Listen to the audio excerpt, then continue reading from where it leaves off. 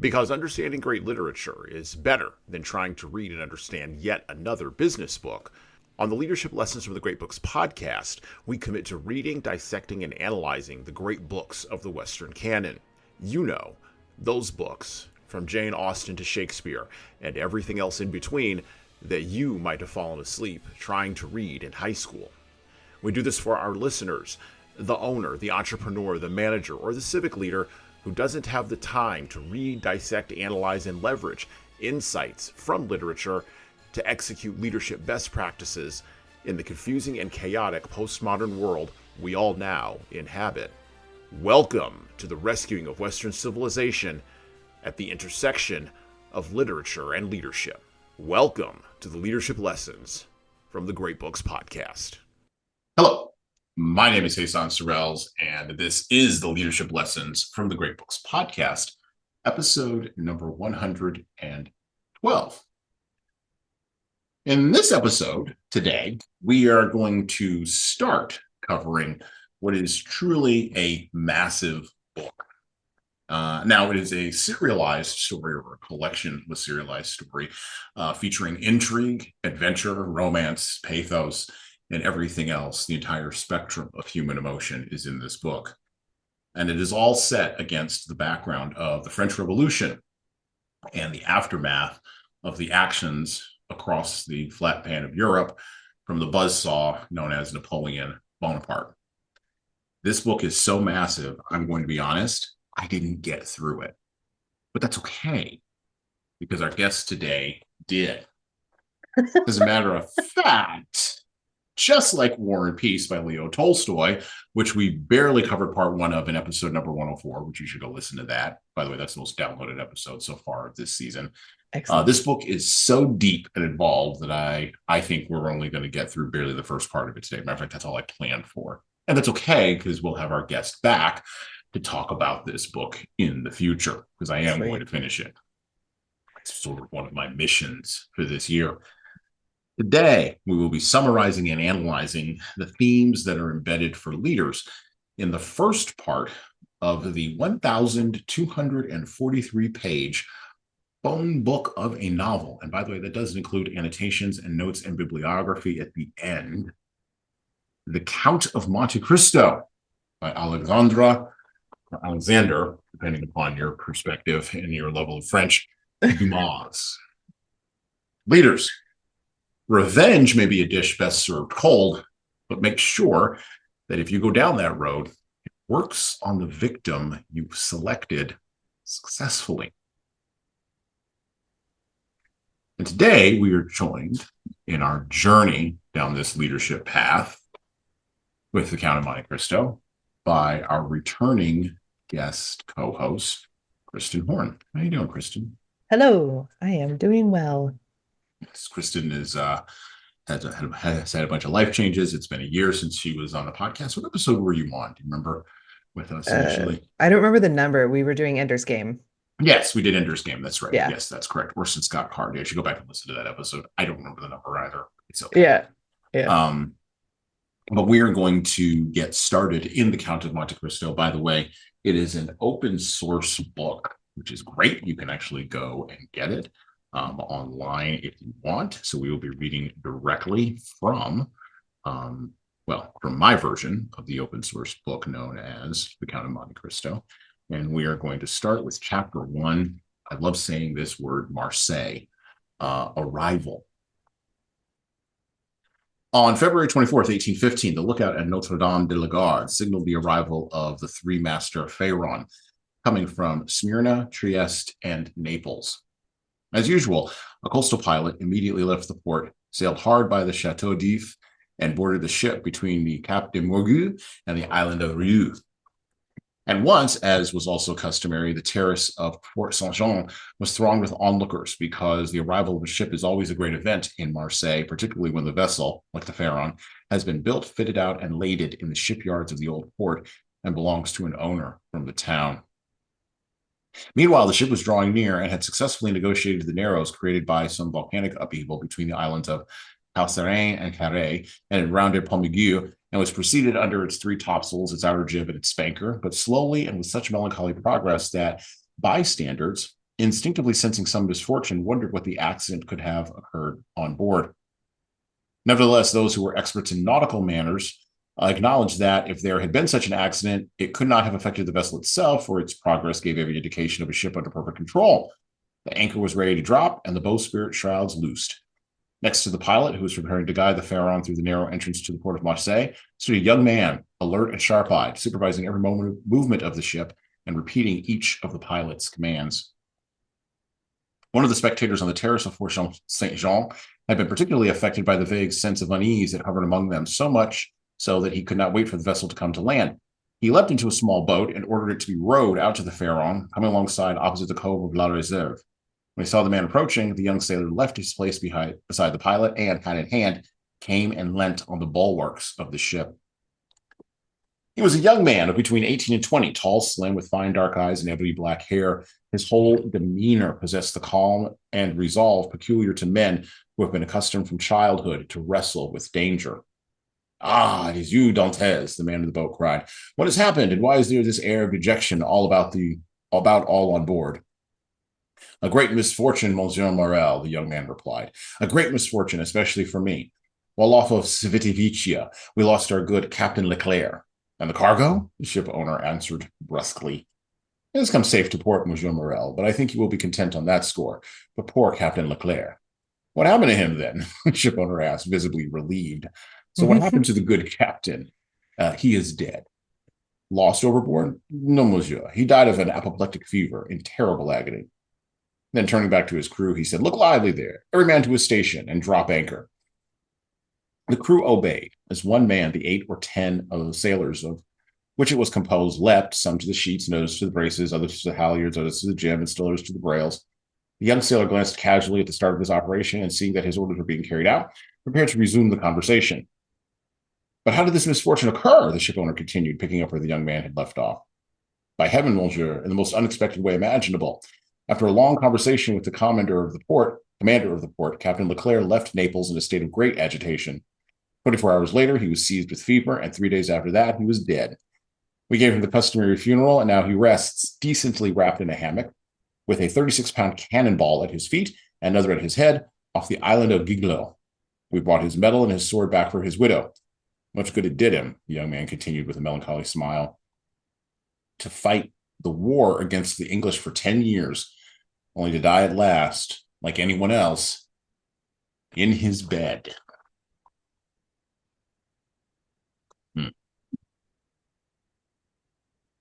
A writer, Count of Monte Cristo, a fellow named Alexandre Dumas, born July 24th, 1802, died December 5th, 1870, was a French novelist and playwright.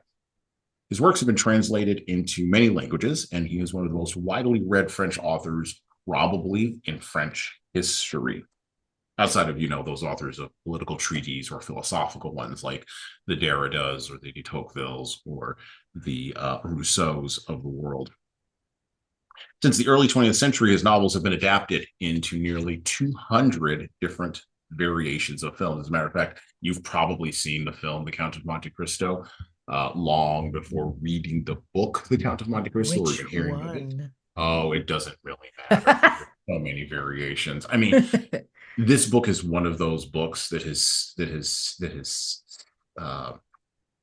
buried itself into the DNA of the West, not just America, the West. You can go to like Germany and they know what the Count of Monte Cristo is. You can go to probably Japan and they know what the Count of Monte Cristo is. Dumas was prolific in several genres, and he began his career by writing plays, which were successfully produced from the first. He wrote numerous magazine articles and travel books and published works totaling 100,000 pages. As a matter of fact, this guy was also an entrepreneur and a marketer, and he hired other people to ghostwrite. Yeah, I see you, James Patterson. Ghostwrite some of his books, allegedly. His father, General Thomas Alexandre Dumas David de la Pelletière, was born in the French colony of Santo Domingo, the present-day Haiti, to Alexandre Antoine David de la Pelletière, a French nobleman, and Marie Cécile Dumas, an African slave. And so what this means is that Alexandre Dumas was actually We don't like using this word, but I'm going to go ahead and use it anyway. He was, technically speaking, a mulatto. That means he was of mixed race origin. Everybody gets upset when you say the word mulatto. They get really upset when you say the word quadroon. Anyway, Alexander acquired work with Louis-Philippe, Duke of Orleans. Then, as a writer, he became a writer over the course of time. He created a career that led to much early success. Now, remember I said he was a marketer? That was part of the reason why he serialized his novels over the long period of time. And he wrote many, and created a modernized version of many modern myths that we just take for granted now, such as the Three Musketeers, the D'Artagnan romances, which has also been turned into several films. And of course, even a film that played in my house a couple of weeks ago with Kevin Costner, that was the version I saw, Robin Hood. English playwright Watts Phillips, who knew Dumas later in his life, described him as, quote, the most generous, large-hearted being in the world. He was also the most delightfully amusing and egotistical creature on the face of the earth. His tongue was like a windmill. Once set in motion, you would never know when he would stop, especially if the theme was himself. I love that, by the way. Back in the day, people really knew how to get after each other, particularly writers. I mean, writerly disputes, which is one of the things that we're all missing with the Twitterization of our world. Although I think Dumas would have loved Twitter. And Probably. All about, oh my God, like YouTube, Twitter. He would have been all about that life. He'd been like, oh, I can go to scale with all of this and I can meet everyone. Oh, please, where do I sign up? Get me there now. Be dominating. Oh my God, he'd be running everybody out of the room. So Christen, let's start off with, because you were the one that recommended we read The Count of Monte Cristo. You were the one that recommended this book. And so I'm reading this book, not under duress, but under your recommendation. And so is that how you read the rest of your books? No. I did War and Peace to myself. It's fine. It's whatever. I'm immolating myself on the horns of Tolstoy. No. And it's interesting. So over the course of the last month, we've been covering a lot of books like Harper Lee's To Kill a Mockingbird. We covered that this month. It's a great one. Yes, it is. We also talked a little bit about and covered the book Night by Elie Wiesel, Holocaust literature. Later on this month, towards the end of this month, we'll be looking at Eichmann in Jerusalem by Hannah Arendt, Meditation on the Banality of Evil.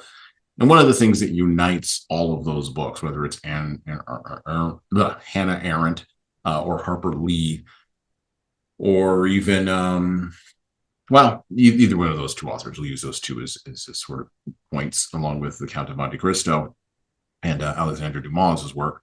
One of the things that unites those works together is the idea of how a person, particularly a male, develops a moral compass. You see Atticus Finch's moral compass in To Kill a Mockingbird. Elie Wiesel developed a moral compass in The Horrors of the Holocaust. At the age of 16, he was dumped into a concentration camp. When you look at Hannah Arendt's work and her analysis of Eichmann's trial in Jerusalem, the last of the Nuremberg trials back in the 1960s, you realize that Eichmann struggled to have a moral in the first place, which is kind of one of the more amazing things that you ever see in a human being. And then in The Count of Monte Cristo, the driver for this is revenge, of course, which comes from a place of a lack of moral compass. It comes from envy and jealousy and all of this. Now, in the first part of the book is the setup, right?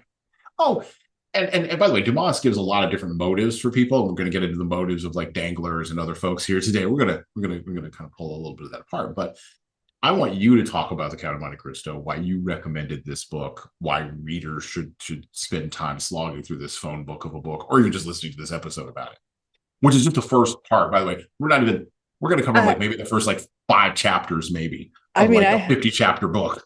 I have a confession though. See, this is the copy that I read in high school, and I Yes. loved it so much that I just went and bought the same copy, and it's been in my library for years. But it is abridged. Um, And I some of us will put in the work over I here. Some of us put in the work. It's okay. It's so fine. you're reading like the first 5 pages and I'm following along. I'm like, yeah, that was a page and a half for me. Um, so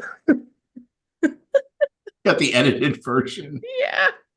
Yanking out all those extra words, which I I don't know. Dumas remember probably would not have liked that part, by the way. He would not have liked the decline of literate, like, ability or attention span. He would not have been a fan of that. Well, I remember because the first time I read it was back in my like advanced English class in high school, and I remember my English teacher kind of summarizing what was left out by in the abridgment, and I remember thinking, okay, that's probably not important.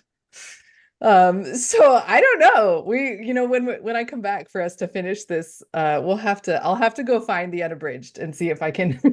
I will hold up. So I'm going to hold up my unabridged copy. It's a Penguin Classics unabridged copy. Normally, I Oh don't my talk about gosh.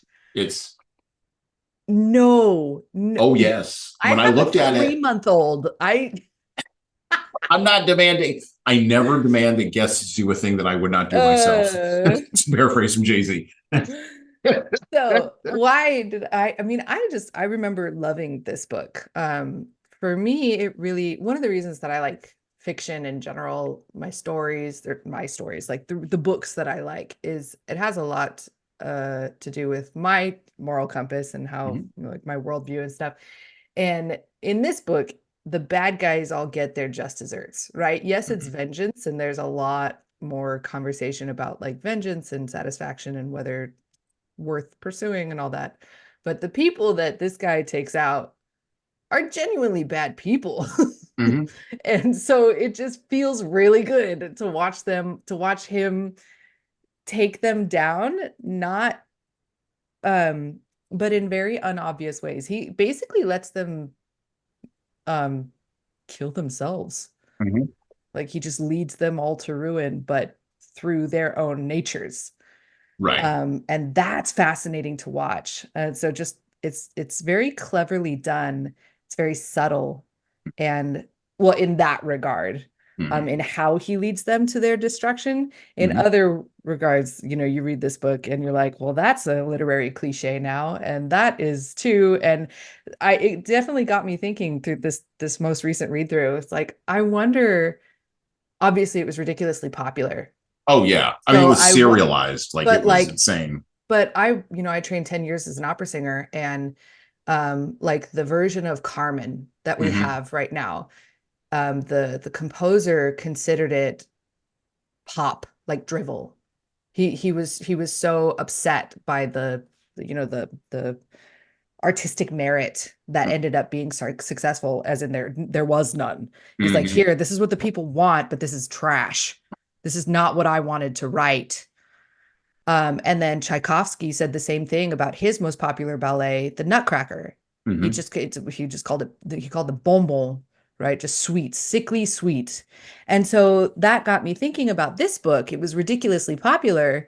But like I said, I have a 3-month-old, so I didn't have a time to go in and look like, hey, was this like considered sophisticated, and like were the great minds of the time reading this and thinking about it, or was it just a book for the masses? And that's why we still read it today. And right, it's almost I read it in an English class, so I almost feel like it might be, and we're discussing it on this podcast, so it's like I was asking the question almost sacrilege, like, does this book have literary merit? Well, okay, no. Well, we're a literature podcast and we're a leadership podcast. We kind of merge those two things together. So yes, I think it has literary merit and leadership merit. Oh, I do too. It was just funny that the question popped into my head. It was like, whoa. Well, so my kid, my youngest daughter, who's 14, she's reading F. Scott Fitzgerald's Tender is the Night. And we were talking about this and it doesn't matter the context, but we were having a conversation about this book. And I said to her, F. Scott Fitzgerald would really be irritable that The Great Gatsby is being read by high school students if he were still alive. Like he would be irritated by this. This would drive him over a Hated that cliff. book. He would, but he would consider it to be an artistic failure. So you talk about, Carmen, or you talk about Tchaikovsky, right? There's, and you're, I mean, I want you to talk a little bit about your background, remind folks of your background and your writing and all that. You're creating work. I create work.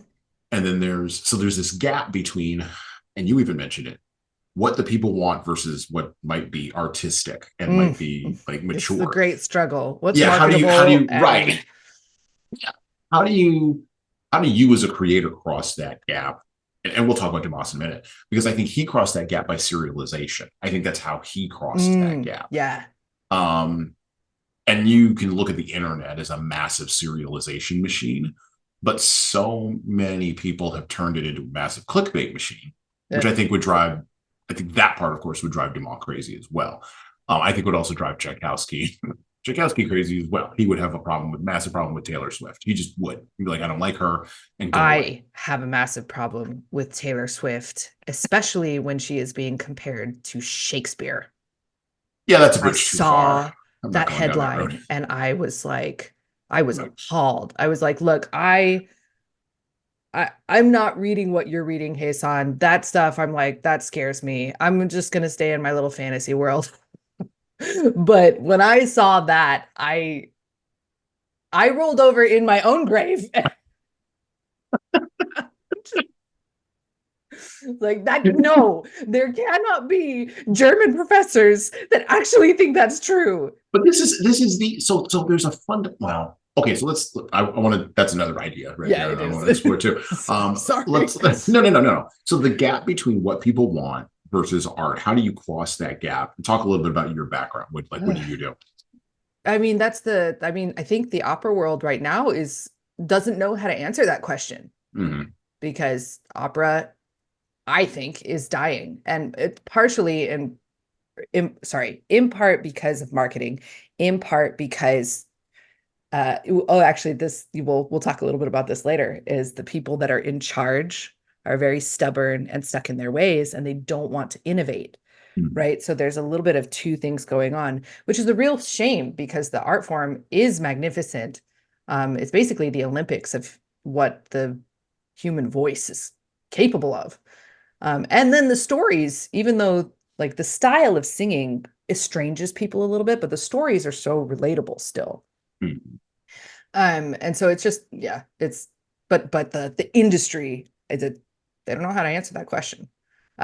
Except there is one little house, that's opera house. There's one company in LA that is doing actually really well at making the stories, the operas, like accessible. And so but while keeping most of the, and I say most of the integrity, because we've definitely had people go to those operas, be like, that's not what they'll look at the super titles, right? The translations, be like, that's not the right translation. If I saw that in a beginner opera singer's notebook, I'd slap her hand. Okay, so opera. Okay, so let's. One of my good friends, he does opera, and I did a jazz festival locally in my town, and I'm a huge fan of the jazz genre and all of that kind of stuff. And so the guy who we handed the committee that we handed off to, the person who heads it is a professionally trained opera singer. And so it's interesting to watch him kind of navigate this, because jazz is not opera and opera is not jazz. Like those are two different things, right? There's one that Gershwin wrote. I mean, there's Porgy and Bess. There's Porgy and Bess, yeah. But past that, like, really, what do you mean? Yeah, we got nothing. The two don't make sweet, beautiful music together. Not really. Yeah. Maybe they could. Maybe they could. Maybe they should. Maybe that's fighting. Right. Exactly. Maybe we should have a rapprochement. Why can't we be friends? Some détente, right? Like between the Russians and the Americans in the Cold War. Like, why can't we just have détente? Why can't we just have that? There's two movies that I think of when I think of opera, and I think of this idea of integrity in art. I think of Whiplash, and then I think of Tar, which recently came out. We talked about that last time. It's been we talked about it last time. I still haven't watched it. You still haven't watched it. It's okay. You got a 3-month-old. It's fine. You got a lot of things going on. And I don't want to go back to that. Instead, what I want to say is, I think both of those films represent the attempt by, you pointed out that there are folks who are stubborn who don't want to change. I don't think it's that they're stubborn and don't want to change. I think they're so committed to quality that they don't see a way to bring that commitment into the new thing. And I think that's really hard for people of all genres, because what they don't realize is the new thing is going to make new demands in different ways of quality. Whereas that if you hold on to the old ways of maintaining gatekeeping, if we're going to use that term, gatekeeping quality, you're right. You're not free to go to those other places where you can still gatekeep in different ways. Like the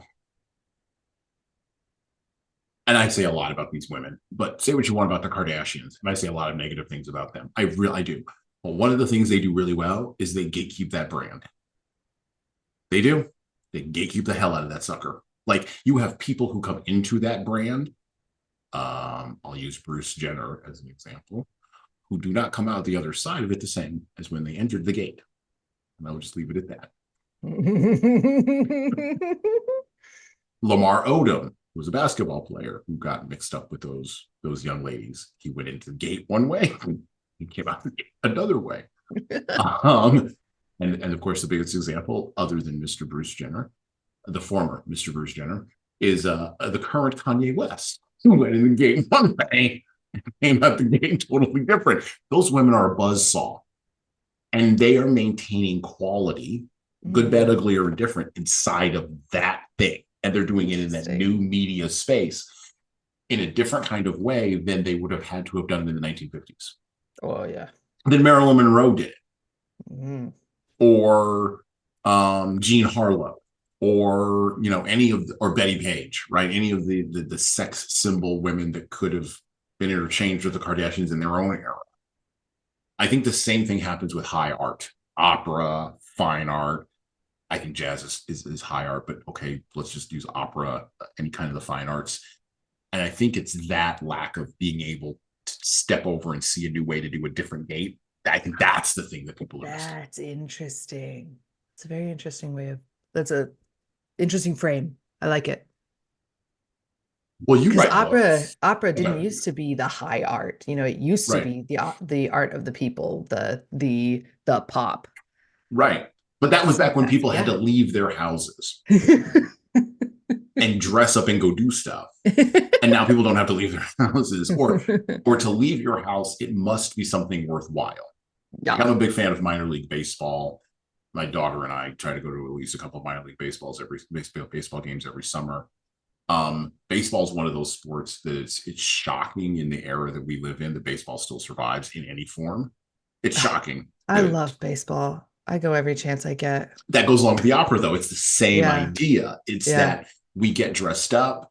We're going to go do this thing. Yeah. We're going to have a good time. And you look at pictures of people who attended baseball games back in the 30s and 20s, 30s, and 40s when baseball was huge. Like my grandma, black, white, didn't matter. You dressed up in your suit. You put your tie, your fedora on. She dressed up in a nice dress. She was carrying a parasol. And you're going to go to there. You're going to watch a doubleheader that's going to start at 10 o'clock. Doubleheader is going to go. Going to be about 10 to 3. There's going to be a little bit of an intermission. And then you're going to go from 4 to 8. And that's a whole day. Yeah. And you're going to have popcorn. You're going to have hot dogs, peanuts. You might have some beer. Cracker Jacks. It's going to be fun. The baseball players are in a space where, just like in opera, or even in an orchestra, where individually they all have to be good, but if one person has an individually bad day, the rest of everybody doesn't have to go along. And so baseball is a game of individuals played as a team. Whereas, and I've talked about this a little bit on the podcast before, although not extensively, I like to explore this thesis a little bit more, maybe not in this episode, but later on, where we had a switch in the 60s that happened. We switched from a baseball culture to a football culture, and no one talks about it. And football is game. You can tell by your tongue sticking out. Football is a game, is a team game. Think about every job interview you've ever been on. Are you a team player? Team building. Football is a game where if the quarterback isn't leading the team effectively, then the team falls apart. I'm a Broncos fan. Russell Wilson, less said about that, the better.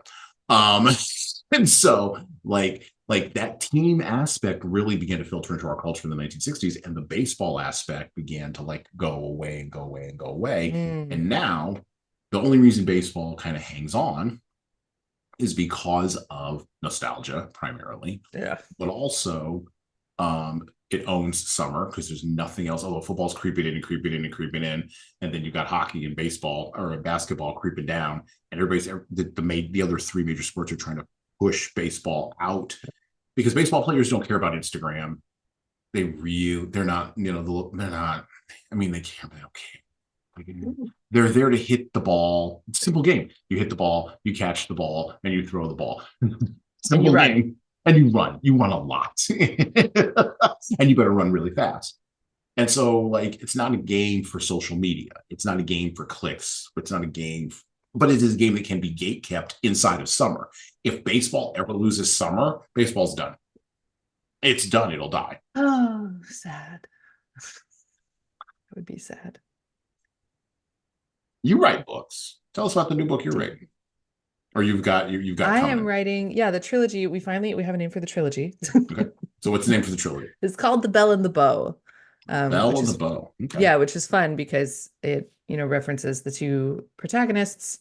But depending on how you spell the words, they can flip, right? So the bell is the male, the bow is the female. But then if bell can also be Belle for female, and bow. Anyway, I like it. I have fun. It's a fantasy trilogy. It started as a love story. There's a lot of adventure and monster killing in it. We think a lot, and I say we because I'm writing it with a co-author, one of my best friends. And we think a lot about tropes and cliches, which, now going back and reading Count of Monte Cristo, you see, you're like, well, that's a cliche now. But at the time was probably just like, everybody's like, what? When you read it and the narrator, like, spoilers, one of the characters dies. So, when the first, person that the Count wants vengeance on dies, the narrator does not reveal that the Count is Edmond Dantes. And I was like, did people not know?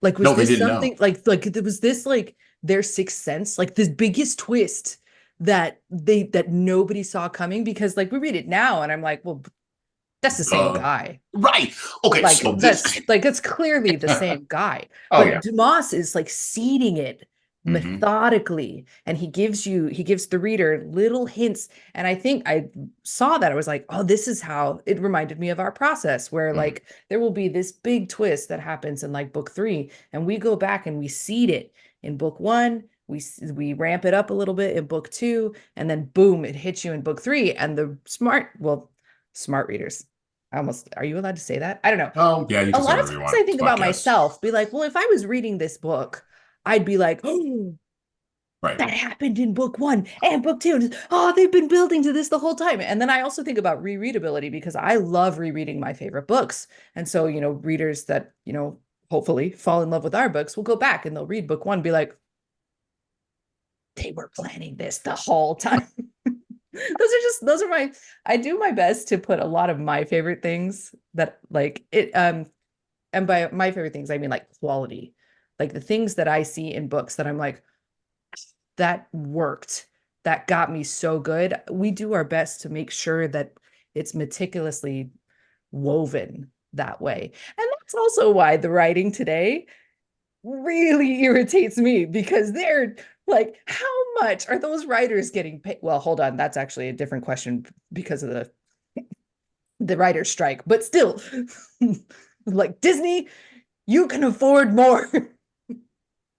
Pay writers to do better. We're gonna save that to the next section. We're gonna save that. I took a note. We're gonna save that. I said, no, it's good. No, because I wanted so mad. Be like, how much did they spend writing this bullshit? $22 million. $22 million on an episode. One episode. Meanwhile, quality writers are, but this is the thing, putting their novels out on what Amazon can't get published. And if they Well- do get a publishing contract, their advances are terrible now. Minuscule. It's just like, Oh, I'm going to but take a note that's on where that the too. writers are. That's All right, want to support writers, go buy books. Sorry. I'm sorry. I want to talk about that because I know you saw the little reveal from the Department of Justice documents about Penguin Random House, where they opposed the Penguin Random House merger, and there was the document dump. Oh gosh, this was probably about 2 months ago, and it went through the book world like wildfire, where it revealed just how many books don't get published and how few books actually make the New York Times bestseller list and what the New York Times bestseller list numbers are. And I'm going to put this here before we go into our next section here, which we will in a moment. But most books sell fewer than 100 copies. And by the way, this doesn't matter if it's a celebrity author, like Billie Eilish apparently released a book that sold less than 500 copies. The singer. I mean, who's following Billie Eilish and thinks, I want her book? But here's the thing. We already talked about Taylor Swift. Let me bring her back up for just a moment. Oh no, please don't. Taylor Swift wouldn't be able to sell more than 10,000 books. But 10,000 books gets you gratifying. But it gets you onto the New York Times bestseller list. And by the way, most of these book publishing companies, we will go back to this in a moment, survive off of the back catalog. Do you know the number one book that's published by most major booksellers, number one book in America that sells the most number of books that most booksellers survive on? Number one back catalog book in history. I don't. The Bible. That was going to be my guess, but it felt so like a cliche to say it. We're like, is it the Bible? Back catalog authors and back catalog books that came about before the internet. So that's why Stephen King, when he went and testified against the merger, basically said in his testimony that this merger, if it is allowed to go through, will actually impact not him. He'll be fine. He'll always get a book published, but it will impact people negatively who are seeking to break into the market. What a guy. But people who are seeking to break into the market currently can't get in anyway. Mm-mm. And that's why self-publishing is there. And we'll get into all of that in a minute. Mm-hmm. A couple other thoughts that I have before we go. So this book was published in 1844 and was serialized through to 1845, which means in 2024, we are coming up on the 180th. Actually, this year is the 180th anniversary of The Count of Monte Cristo being serialized. That is, and when you get 200 films made off of one book, that tells you how deep the tropes and the cliches have just, they're part of the background. 200? They've made 200 films? Over 200 films. Yeah. So I knew Which is insane. about two.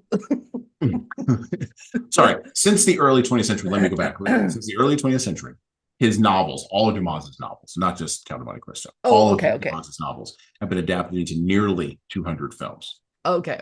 Which means the vast majority, I'm sure the vast majority of the Well, Three Musketeers has been made at least 4 or 5. At least 4 or 5 times. 10 Count of Monte times. Cristo, 12, 13, 14. I mean, and by the way, that's play versions of Count of Monte Cristo, or I would throw in there too. And then the other thing that I would point out is this, and we're going to talk about revenge here in a second.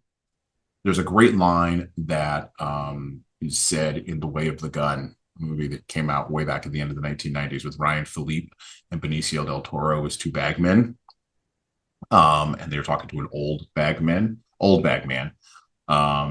played by James Sonny from The Godfather. I can't think of the actor's name right now. And he says to them, and I quote, and I love this quote, "Justice is just revenge without the satisfaction." I love that line. Interesting. Of course, the other great line inside of The Way of the Gun is, "Never trust a bagman, and there's always free cheese in a mousetrap," which is true. So watch out for AI, by the way. That's a mousetrap. Right, yeah. But there's always free cheese in there, though. Like, go ahead and get in. Go ahead. Go right in. All right, back to the book. Oh, goodness. The Count of Monte Cristo. Let's talk a little bit about revenge. I'm going to go into the chapter here known as the plot. And this is where after Danglars comes on to land, and Danglars. Danglars, sorry, I'm Sorry. with the appropriate French Elon. I'm not giving it enough French Elon. I'm trying to save that up for when we actually read passages from the book. But we're going to go on this chapter of the plot. We'll read a few pages from this, and then we're going to talk about revenge. And writers today in AI. So AI, revenge. This is going to be good. Christen's going to love this, and so are you all. We're listening to this. Danglars' eyes followed Edmond and Mercedes until the two lovers had vanished around one corner of the Fort Saint Nicolas. Then, turning at last, he noticed Fernand, who had slipped back to his chair, pale and trembling, while Cardarou was mumbling the words of a drinking song. So Danglars was on the ship. Just to give you a little background. Danglars was on the ship with Edmond Dantes, Edmond, and Mercedes. Mercedes is his betrothed. Okay, this is going to come back later. It's going to be an interesting plot point. But Danglars is, well, he's not the captain, and he wants to be the captain. And then you've got bookkeeper, I believe. Yeah, he's the ship's. He basically makes sure that, and it was interesting because I read another book about shipping and shipbuilding. And there were positions on ships back in the day, which nobody knows this now, which is basically accountants for like a floating vessel. And they made sure that the amount of goods that left the ship and the amount of goods that came back onto the ship balanced at the end, right? They also did deals when they would go into foreign ports. They had multiple languages. It was a very complicated role that they had. In addition to having to work on the ship just like everybody else. All hands on deck means all hands. And so that was Danglars. And then you've got Fernand. Fernand was the person who, when Edmond was, shall we say, out to sea, was sniffing around Mercedes, trying to get her to fall in love with him. And finally, Cardarou was the character of Cardarou is framed by Alexandre Dumas as a neighbor, not friend. He is a neighbor who loans money to Edmond's father, and then demands repayment of that money, gets the money repaid, and then Edmond comes back with more money and just gives it to Cardarou, thus creating a dynamic of debt, which Cardarou struggles with, but not as much as some, which we'll see here in just a moment. So that's the background on chapter 4 of the plot. So, my good sir, Danglars told Fernand, not everyone, I think, is happy about this marriage. I am in despair, said Fernand. You're in love with Mercedes? I adore her. For a long time, ever since I've known her, I've always loved her. And all you could do is sit there and tear your hair out instead of finding some way out of the dilemma. My God, I didn't know that this was how the people of your country behaved. What do you expect me to do? Fernand asked. How do I know? Is it any of my business? As I see it, I'm not the one who's in love with Mademoiselle Mercedes. You are. Seek and ye shall find, the gospel says. I have found already. What? I wanted to put my knife into the creature, but the girl said that her fiancé was harmed. She would kill herself. People say such things, but they don't do them. You don't know Mercedes, monsieur. If she threatens to do something, she will. Idiot. Danglars muttered. What does it matter whether she kills herself or not, provided Dantes does not become captain? And before Mercedes dies, Fernand went on in firmly resolute tones, I should die myself. There's love for you, Cardarou said in a voice increasingly slurred by drink. There's love, or I don't know it. Come now, said Danglars. You seem an agreeable enough lad to me, and by Jove, I'd like to ease your sorrow, but yes, said Cardarou. Come now. My good friend, Danglars remarked, you are 3/4 drunk. Go the whole way and finish the bottle. Drink, but don't interfere with our business, because you need a clear head for what we're doing. Me? Drunk? Said Cardarou. Never. I could take another 4 of your bottles, which are no bigger than bottles of Vin de Cologne. Père Pampli, bring us some more wine. And to make the point, Cardarou banged his glass on the table. You were saying, monsieur? Fernand asked, impatient to hear what else Danglars had to tell him. What was I saying? I don't remember. This drunkard Cardarou I put it out of my mind. Drunkard if you like. A curse on those who fear wine. It's because they have evil thoughts and they are afraid that wine will loosen their tongues. Caderousse began to sing the last two lines of a song, which was much in vogue at the time. The flood proved it beyond a doubt. All wicked men do water drink. You were saying, Monsieur, Fernand continued, that you'd like to ease my sorrow, but you added, ah, yes, but I added that to give you satisfaction. It is enough for Dantes not to marry the one you love. And this marriage, it seems to me, could very well not take place even if Dantes does not die. Only death will separate them, said Fernand. You have the brains of an oyster, my friend, said Caderousse. And Danglars here, who is a sharp one, crafty as a Greek, will prove you wrong. You are Danglars, I've stuck up for you. Tell him that Dantes doesn't have to die. In any case, it would be a pity if he died. He's a good lad, Dantes. I like him. Good health, Dantes. Fernand rose impatiently to his feet. Let him babble, Danglars said, putting a hand on the young man's arm. And for that matter, drunk as he is not so far wrong. Absence separates as effectively as death. Just suppose that there were walls of a prison between Edmond and Mercedes. That would separate them no more or no less than a tombstone. Yes, but people get out of prison, said Caderousse, who was gripping onto the conversation with what remained of his wits. And when you get out of prison and you are called Edmond Dantes, you take revenge. What does that matter? Said Fernand. In any event, Caderousse continued, why should they put Dantes in prison? He hasn't stolen anything, killed anyone, committed any murder. Shut up, said Danglars. I won't want to shut up, said Caderousse. I want to know why they should put Dantes in prison. I like Dantes. For health. He poured back another glass of wine. Danglars assessed the extent of the tailor's drunkenness from his dull eyes and turned towards Fernand. So you understand that there is no need to kill him, he said. No, surely not. As if you said a moment ago there was some means of having Dantes arrested. But do you have such means? If we look, Danglars answered, we can find one. But damn it, why should this concern me? What business is it of mine? I don't know why it should concern you, Fernand said, grasping his arm. What I do know is that you have some private animosity against Dantes. A man who feels hated cannot be mistaken about that feeling in others. I have some reason to hate Dantes? None, I swear. I saw that you were unhappy and took an interest in your unhappiness. That's all. But if you're going to imagine that I am acting on my own behalf, then farewell, my good friend. You can manage for yourself. Here Danglars himself made as if to get up.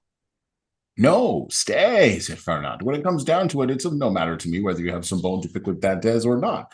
I do, and I freely admit it.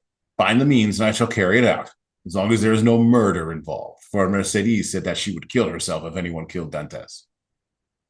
Caderousse, who let his head fall on the table, lifted it and turned his dull, drink-sodden eyes on Fernand and Danglars. Kill Dantes, he said. Who's talking about killing Dantes? I don't want him killed. He's my friend. This morning he offered to share his money with me, and I shared mine with him. I don't want anyone to kill Dantes. Who said anything about killing an idiot? Danglars went on. It's nothing more than a joke. Drink to his health and leave us be, he added, filling Caderousse's glass. Now, they're going to go on and on like this for a little while. And then Danglars... That's why the abridged version exists. That's right. Danglars is going to write a note, and I'm going to read the note, because the note is important. This is an important thing for leaders to pay attention to here. It basically puts the revenge part of this plot in motion. So I'm going to skip ahead a little bit. To illustrate his meaning, Danglars wrote the following lines with his left hand, the writing sloping backwards so that it bore no resemblance to his usual handwriting, then passed it to Fernand, who read it in a hushed voice.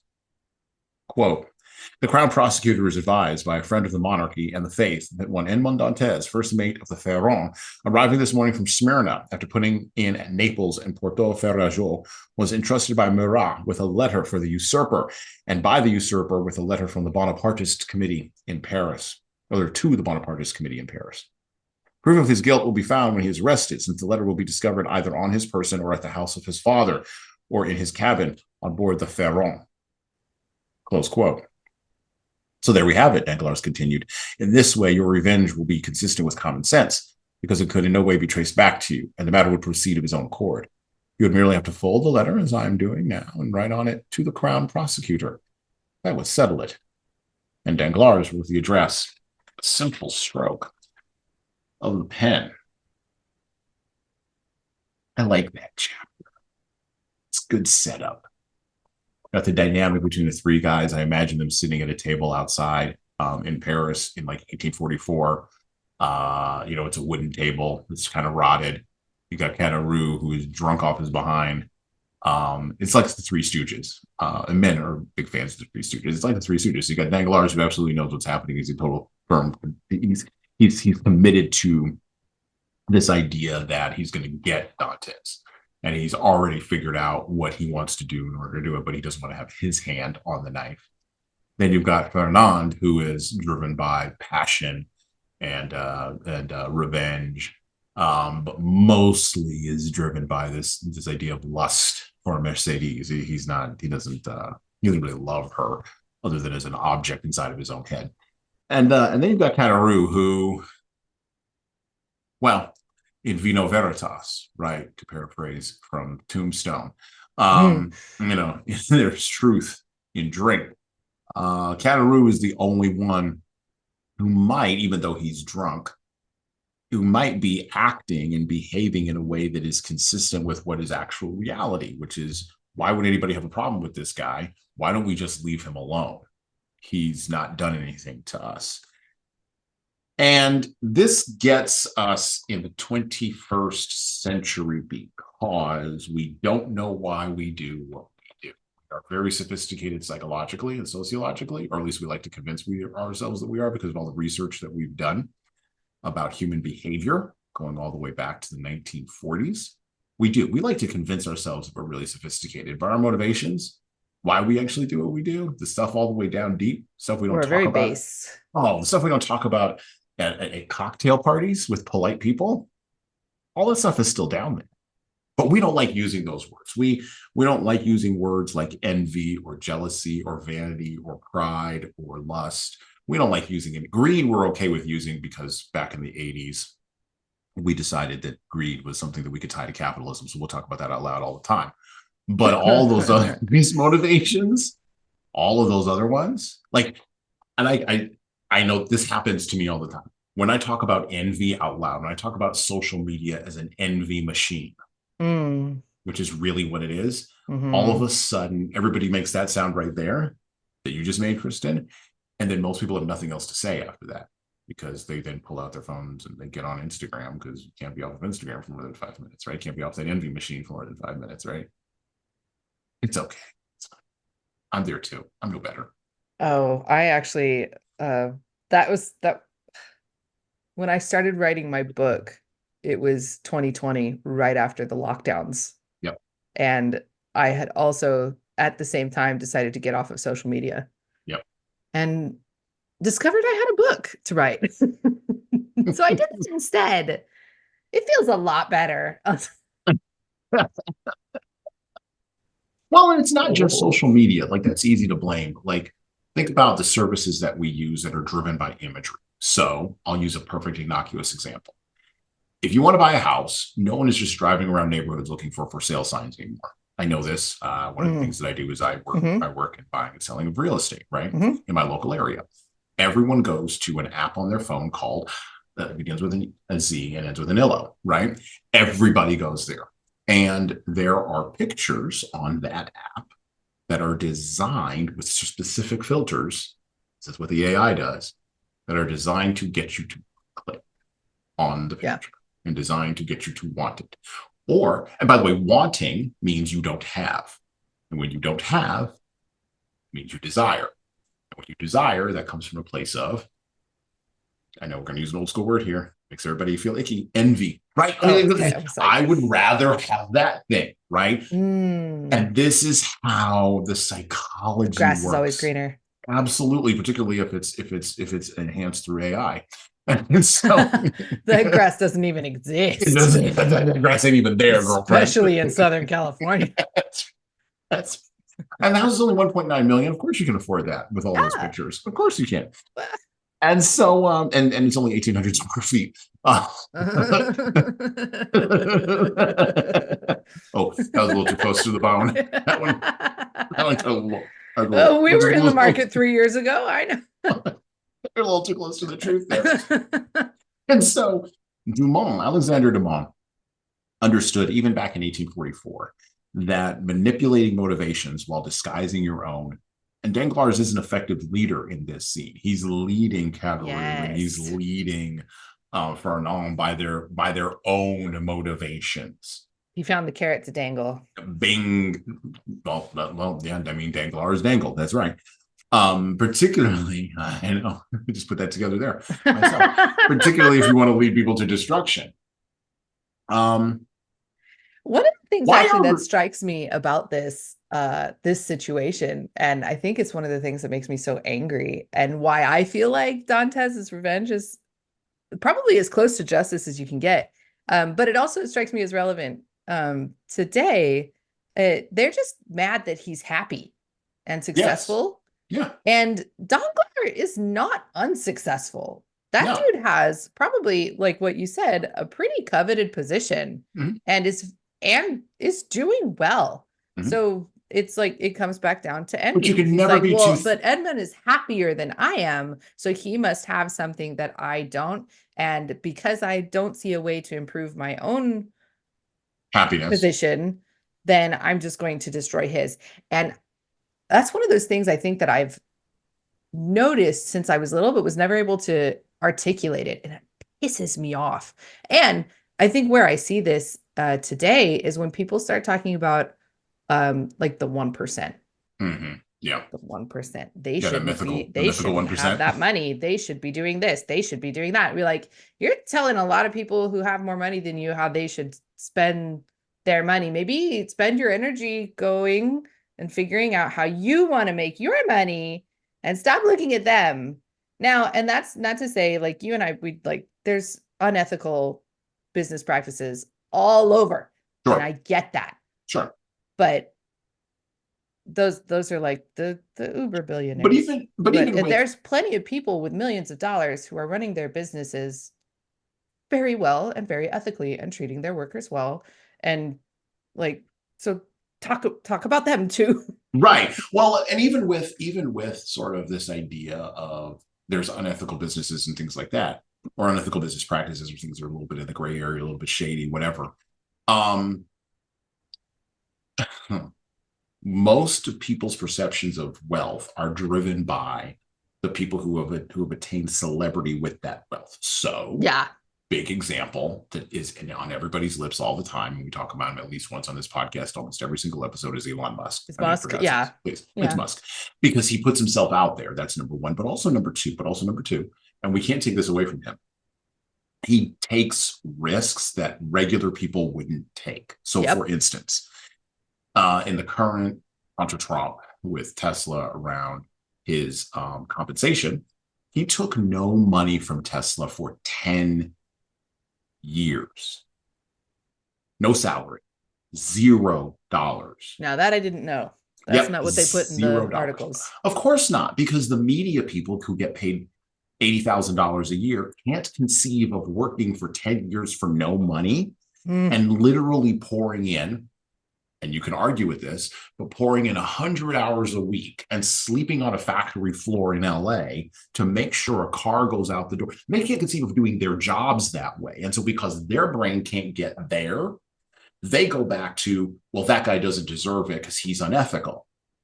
No. He may be engaged in an unethical practice. He may even be engaged in a practice that doesn't really go directly to be helpful for mental health or spiritual health or emotional health. We can make those kinds of critiques. I'm open to all of that. Right. But the critique of that guy doesn't deserve it because he somehow didn't put in the work, I'm not open to that critique. No. He put in the work. He did the thing you don't have the courage to do. I would like to see one of you. Or you have more consideration for your mental well-being. That's right. Or that's just not or just something you just don't want to do. Yeah, that's fine too. That's fine too. I'll take that too. You got to be honest about that, right? Be like, no, I don't want to go sleep on the factory floor and work on a car for 100 hours. I just and never see my 10 children and have people chasing me around all the block for money all the time. I'm good. If that's the only way, I'll find a different way to make $1 billion. By the way, if I really want $1 billion, I'll find a different way. There's more than one way to make $1 billion. I mean, authors, writers, creatives, and by the way, there's another question that's buried inside of there that we don't even consider, which is this idea of, do we need $1 billion? No, of course we don't. And then after that, there's a sub question, which is, can you handle the responsibility and accountability that comes with $1 billion? Nobody thinks about that. Nobody thinks about that. They think like, oh, if I had $1 billion, all of my problems would be gone. Be like, no, you got $1 billion problems. There's other problems with $1 billion. And what's making those billions of dollars?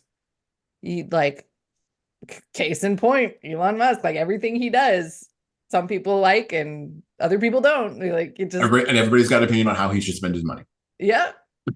And so when he did the Twitter acquisition, the big knock against him was, "Ooh, you overspent $44 billion." I'm like, and I thought at the time, that's just a canard and snark.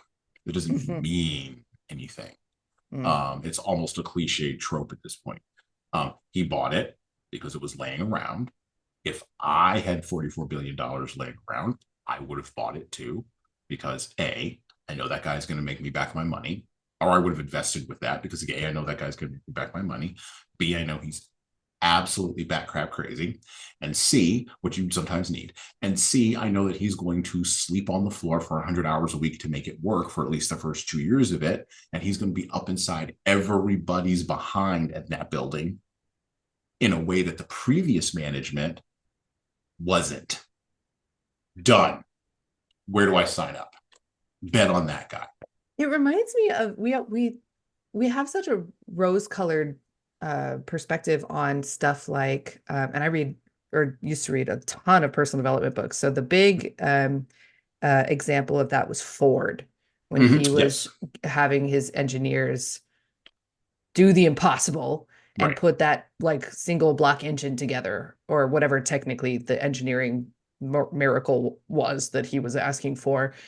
And it makes me wonder, like, if that was happening today, what would the reception be? It'd be like, oh, he's he's an idiot. He's abusing his engineers. He's driving them.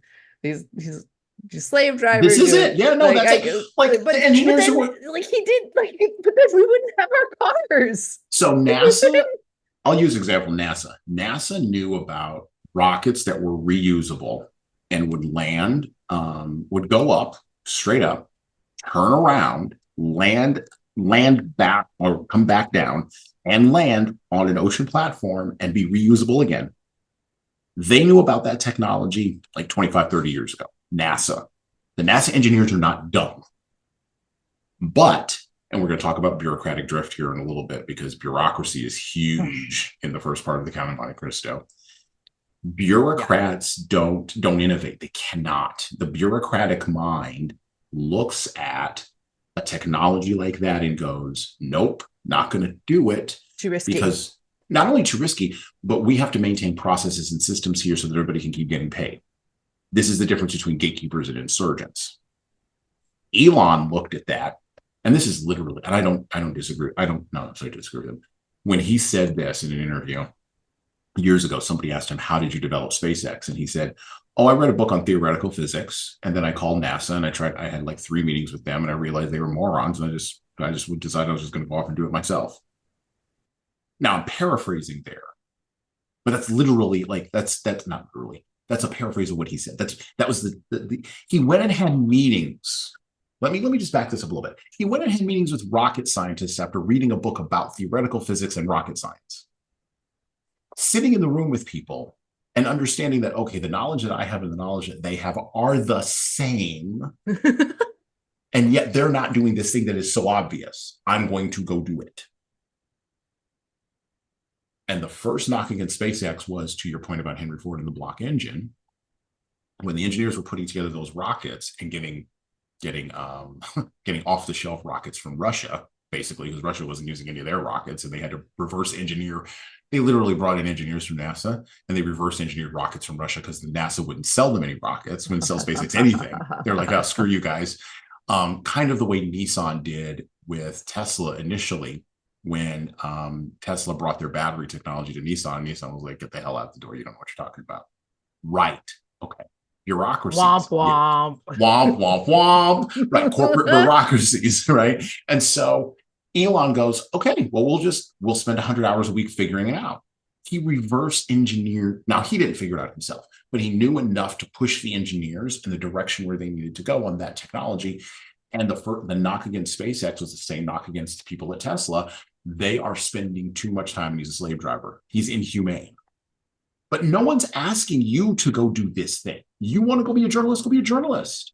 You want to work 40 hours a week and then go see your kids and like complain about stuff on the internet and watch a Netflix thing and then go flop into bed?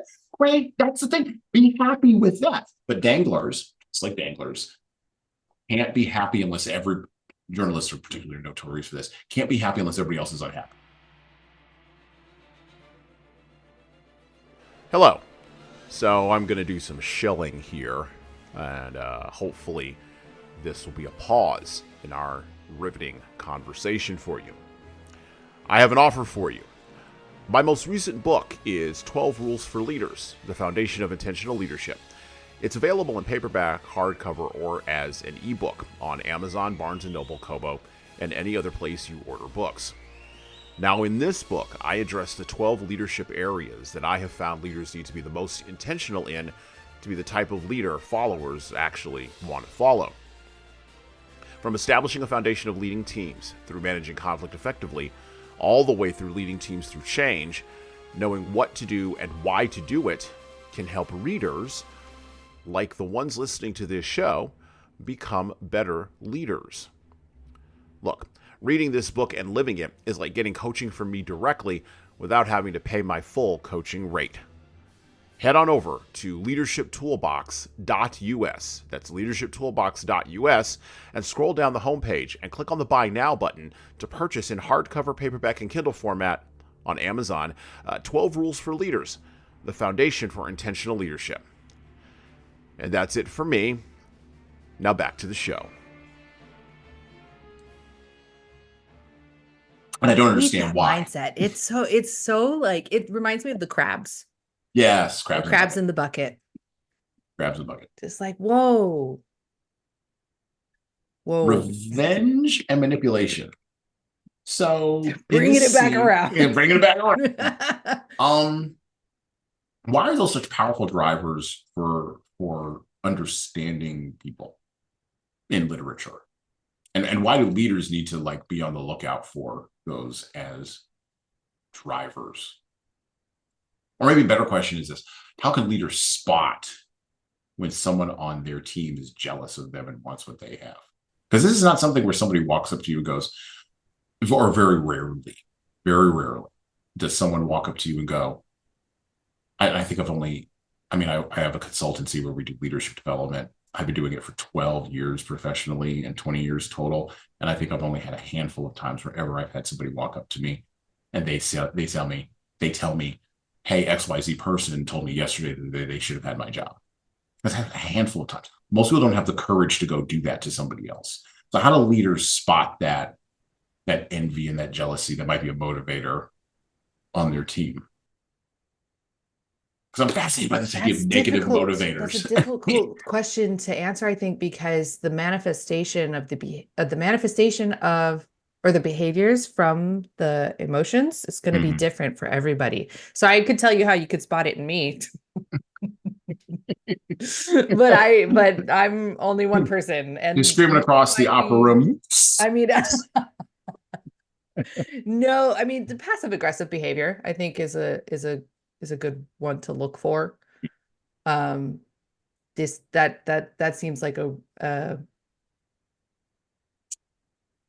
what am I trying to say? Like, a lot of people would do that, I think, from that seed of discontent or jealousy or envy. Yeah, the passive aggressive behavior would definitely be one of those things to look at. Kind of always, it's almost like miserly behavior as well. Ooh. Because it becomes to move back into personal development verbiage, scarcity versus abundance. Mindset, right? They like Danglars, right?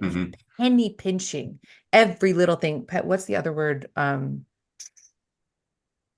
no, not nitpicking, but it's that kind Mm-hmm. of that grasping, that like every little nitpick, like have to have every penny accounted for. And it comes from a place of I have to grasping, Mm-hmm. right? So I think if you start to see some of that, and that could probably manifest in a couple of different ways. Um, um, well, I don't know because I've never worked in like a corporate Yeah, corporate environment. Yeah. environment before, but just my brain throwing out possible examples, like if you're assigning projects, particularly if there's like bonuses or commission involved, whoever is complaining that they didn't get more, Yeah. that would be the first person that I'd be like, all right, well, ask yourself why. Why didn't you get Why more? didn't you get more? Like, well, if you gave me more, then I could prove myself. Like, you got the company can't take that risk. You got to prove Right. yourself before you get more. That's a mindset that I think we're losing, and it's very present in personal development entrepreneurship. Is this working without compensation, with the idea that you will earn more later? Mm-hmm. That can be taken advantage of, and I think that's part of why people have this like they smart against it. But Yeah, it can be, but I feel like there's probably there's probably a middle ground that we can find. well, I think the part of the middle ground there, and this is so I work a lot with startups, right? And the Yes. classic, Oh gosh. You're going to eat beans and rice for X number of Yep. whatevers until like this thing happens, right? I'm currently in a startup right now myself, or an organization that's in startup mode where I'm gonna have equity, whatever, but like whatever that means. But myself and this group of people who are together, there's like 14 or 15 of us together. None of us are getting paid out of this project. Kind of in a startup right now. I forgot. I bought a business. I bought a music store that's kind of in startup mode right now. That's a startup mode, yeah. Because we're recovering from COVID. Yeah. And all just the disease that shall not be named. Yeah. I forget that I bought it. Like I just like it's a store. It's fine. That in November, and then my baby came. It was just like my It's life is completely different now. It's fine. Okay, it's fine, but you're going to experience the same thing in a small business where I'm not getting paid. You're not going to get right. Like I had to explain this one time to some employees of mine who were working with me, and I said there are months where I do not take a salary from here so that the rest of you can get paid. Mm-hmm. And he stared at me in utter disbelief, right? And the reason why those types of associations offend people, particularly people with a bureaucratic mindset. Like I remember back in 2010, it might have been, or maybe it was 2009, because it was the second administration. Yeah, and it started in Barack Obama's first administration, and then it took his second administration to actually implement it. But he began the push of this idea that internships, college internships, should be paid, right? AOC runs around screaming about this, and it's this idea that and this is the AOC line or the Barack Obama line, that getting my experience shouldn't be for free or something like that. And I thought, you will get your money eventually. You're 20. The best thing you can do right now, when you have no children, no responsibilities, or minimal responsibilities, you're living, and I when I was 20, I think I made $8,000 in a year. You're living on the dole from somebody else. You just are at 20. What? Unless you're one of those outlier 20-year-olds that's like been hustling since you were like you're Warren Buffett, you've been hustling since you were like 8. Okay. You're outliers, right? But if you're the vast majority, 98% of you are going to be living on the dole, what possible experience could you have that's worth paying for? And by the way, if you're a person who has to pay bills and you take on an internship that is for free, you better have done that risk versus reward thing in your head already. That's not my responsibility as the organization to do that thing for you. It's your responsibility to have done that thing. That's called free association. And when Obama's administration shifted the rules around internships to make them to basically penalize employers for doing unpaid internships, that was the death knell of, or not the death knell, the beginning of the death knell of what you're talking about, which is this idea that everyone, if they're in the market, should somehow be paid for something. And that's not true. No, you have to be providing value. Right. And you're not providing value just by showing up and being you. Mm-mm. That's not valuable. Like, we like to say it's valuable. Start a YouTube channel and see how valuable that is. This is true. Exactly. Like, it's valuable for some people. Some people it works. Right. And those are usually the crazies. Right. Or start a podcast like this podcast. Or like, we get a decent amount of downloads per month and a decent amount of downloads per week. We're not killing it. We will be in X number of years if we keep going on a particular path. Right. But this is the other thing. Like, it's 10 years to an overnight success. Yep. It's always 10 years. So you bought a music store, it'll be 10 years to climb out of COVID. I hate to be the bearer of bad news, but it'll be. Yeah. And in the meantime, I have to figure out how to pay off that, financing. That financing. Yes, yep. Exactly. And no one, and by the way, not one of the employees that you have, not one of the, or in the startup that I'm working with, not one of the founders that we're working with is going to be able to effectively sort of help us walk through that idea. And so you have to, and it was a real learning curve for me to figure that out. And that's the last gasp of the employee mindset. The last gasp of the employee mindset is the whining that, this is terrible and people don't love it. Why don't the people appreciate me? It's not fair. And you got to get rid of all that. You got to, because that's dead weight. None of that's helping you. I go to Comic-Con, San Diego Comic-Con every year, and every year I end it with this panel by this editor who has been in the industry for decades, just decades. And the first thing, or the thing she says every year, because she free hands it, whatever it's called. She just goes. She just talks. She just comes in and just writes on the whiteboard and starts talking. Kind of, yeah. She's just talking, mile a minute.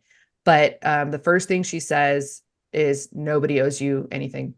Nobody owes you a sale. Nobody owes you a read of a sentence. Nobody owes you, like, if you want to put a comic out there, nobody owes you. Like, it's your job. Right.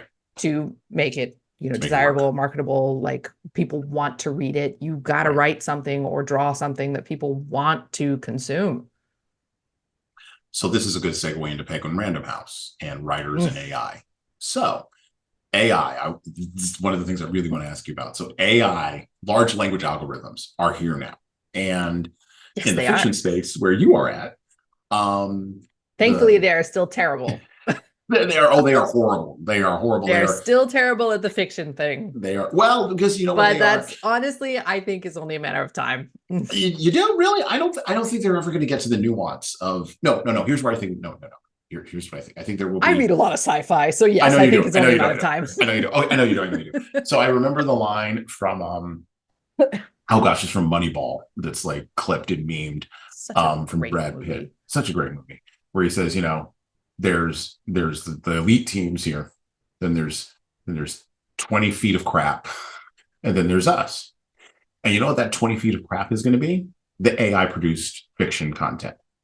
And we are going to, the algorithms and people who are looking to get rich quick all the way at the end of the long tail, at the furthest tippy tip of the long tail, and this is already starting to happen, are going to create content that will, to paraphrase from an essay I read in Boing Boing a couple of months ago, that will inshitify the internet, basically.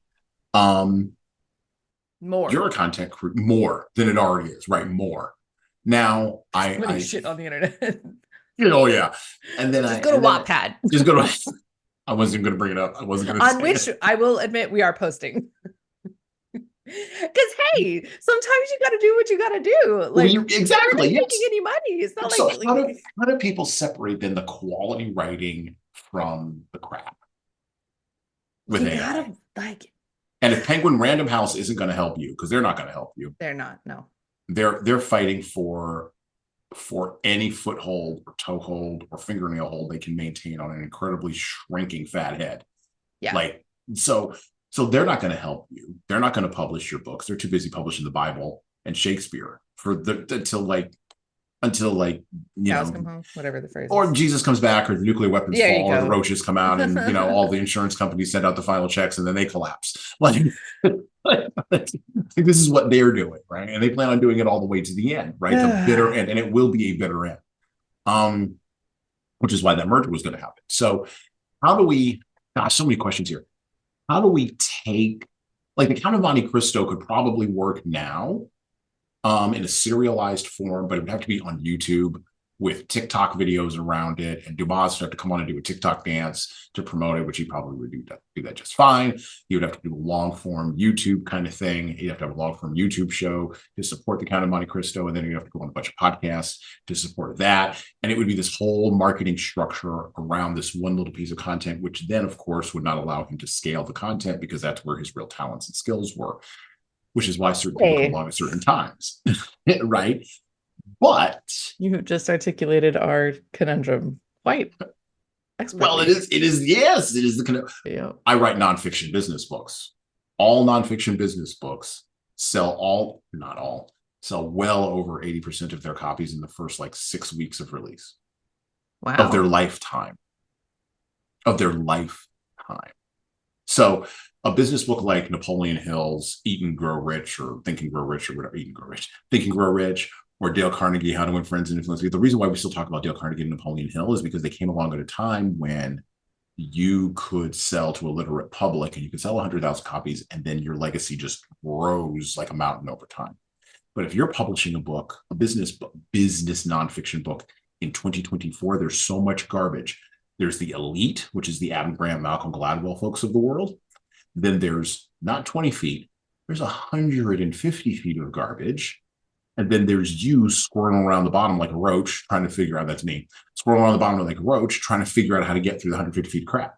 The roaches survive. They do. And they eat a lot of crap. Yes. And that's why we have them. And so in the nonfiction business book space, it's vicious. No one ever talks about how few nonfiction books celebrities sell. No one ever talks about that, because it would be biographies. Oh, it would be embarrassing. Oh God, it would be embarrassing. Like Principles by Ray Dalio. I think the book came out 10 years ago now. Oh, that was on my list for a while. Yeah, and I didn't buy it. No, right. Nobody's read that book all the way through, and Ray Dalio knows it. Anyway, there's all kinds of scams that are done to get those books into the New York Times bestseller list. Yes, I've heard about that. Yes, it's so frustrating. That New York best time, that doesn't mean anything. Doesn't mean anything. It's a marketing thing, right? It's become a marketing thing. It used to mean something, but now it doesn't. But I've heard of writers that will buy the 10,000 books themselves. Yeah. Mm-hmm. Yeah. Just to make sure that it gets to the New York Best Times. And then they give the copies away, and then they have that marketing. Yeah. Yeah, exactly. But in fiction, I don't know what the rules are in fiction. I don't know. I don't know what the rules are in fiction. Like you said, you just wrote a trilogy. I presume you wrote it as a human being, not using AI. Of course. You've got the AI. And then you've got, which is going to create a problem for all the fiction writers. Yeah. And you even said it yourself. And then you've got the marketing, scheme around the book, right?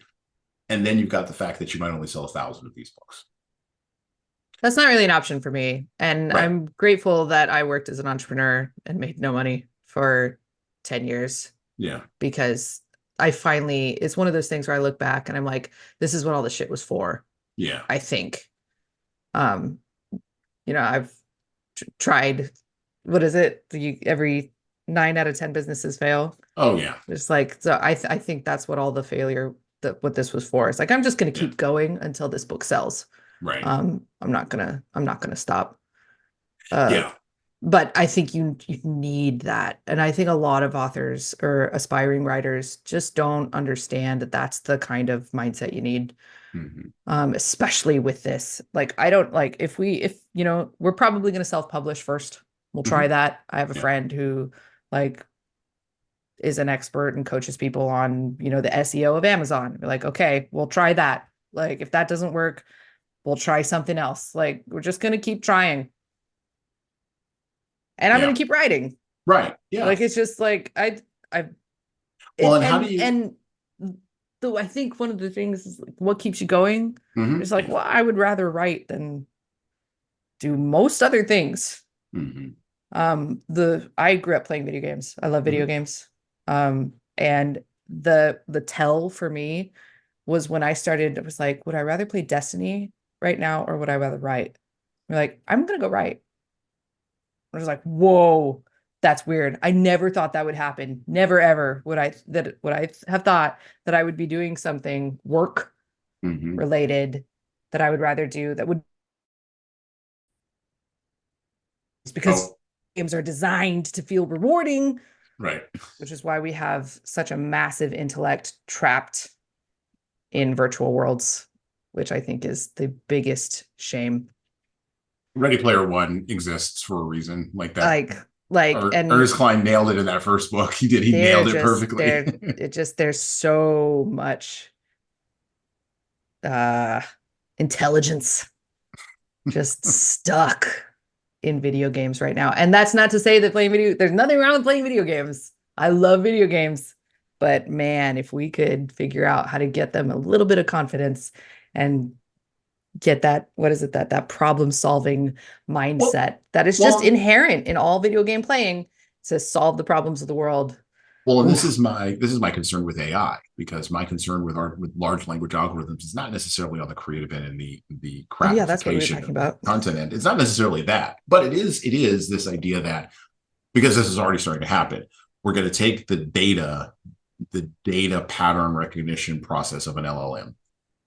We're going to put that machine next to the machine of virtual reality, the VR machine, and of course, because it's two algorithms talking to each other, they're going to pattern recognition and solve for each other all the way out to the logical end. And my concern is not that we're going to have a Terminator thing where the AI jumps out into the physical thing and starts shooting people, although that very well may be a thing. I think Google's working on that on the side. For sure. I think they're definitely working on that in Mountain View. What's far more insidious to me is what Mark Zuckerberg's working on with Meta, where we're going to make the thing so good in here you never leave. That's Ready Player One. Yeah. And that, to me, is far more possible. And that creates the dystopia that you saw in that book, where everybody's living in, trailers that are stacked one on top of each other somewhere in Oklahoma, hooked up to these, machines.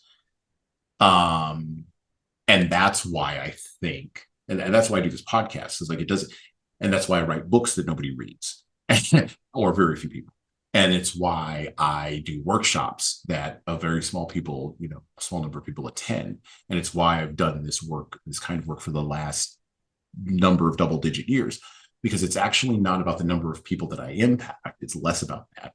And it's more about the fight for gatekeeping quality. And that's a fight worth having. Yeah. And I become an insurgent by gatekeeping quality. That's fascinating, enough. Right? Weirdly enough. It was just, yeah. No, when you were talking about that, it reminded me of your notes about motivations. Yes. And, we only do things for two reasons: to move towards pleasure or move away from pain. Yeah. At the base level, that's what it all comes down to. It's very binary. Very binary. Move towards pleasure, move away from pain.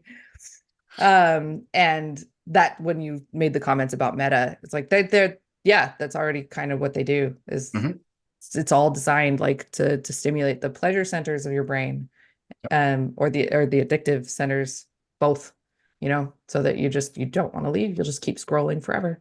Right. And it's not just Facebook. All of them have done that, because they make their money the longer you're on the platform. Right. Exactly. Well, and the dynamic, and we'll go back to the Count of Monte Cristo here in just a second, because I want to talk about bureaucracy. The dynamic of a company like Meta, because it's a giant bureaucracy. I think they have 50,000 employees. Wow. Google has 100. I think Google has 190,000 last time I heard.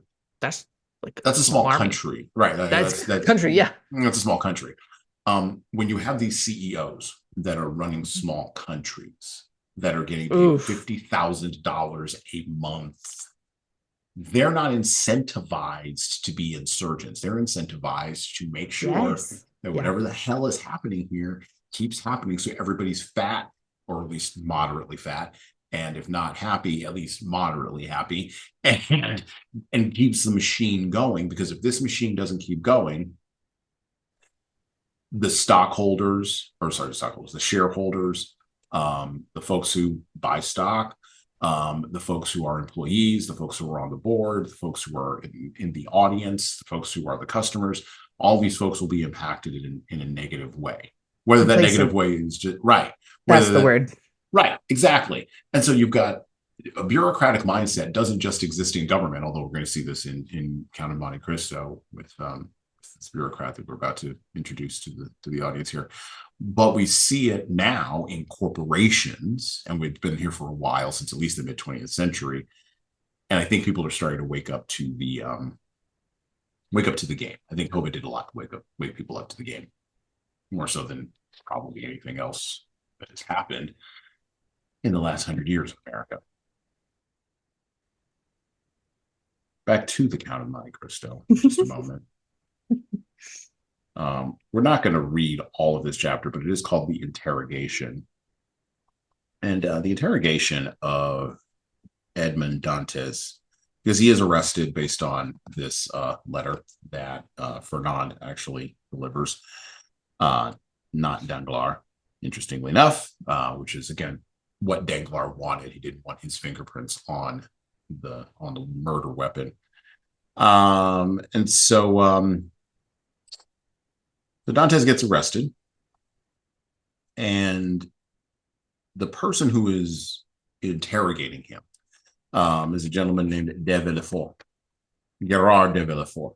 And Gerard de Villefort, there we go. Yes, I can't get the Villefort. There's a buddy of mine who speaks French, and he sort of, anyway, Villefort. Okay, no. The more important part is that the double L is not L. It's okay. E, like it's V for Villefort. There you go.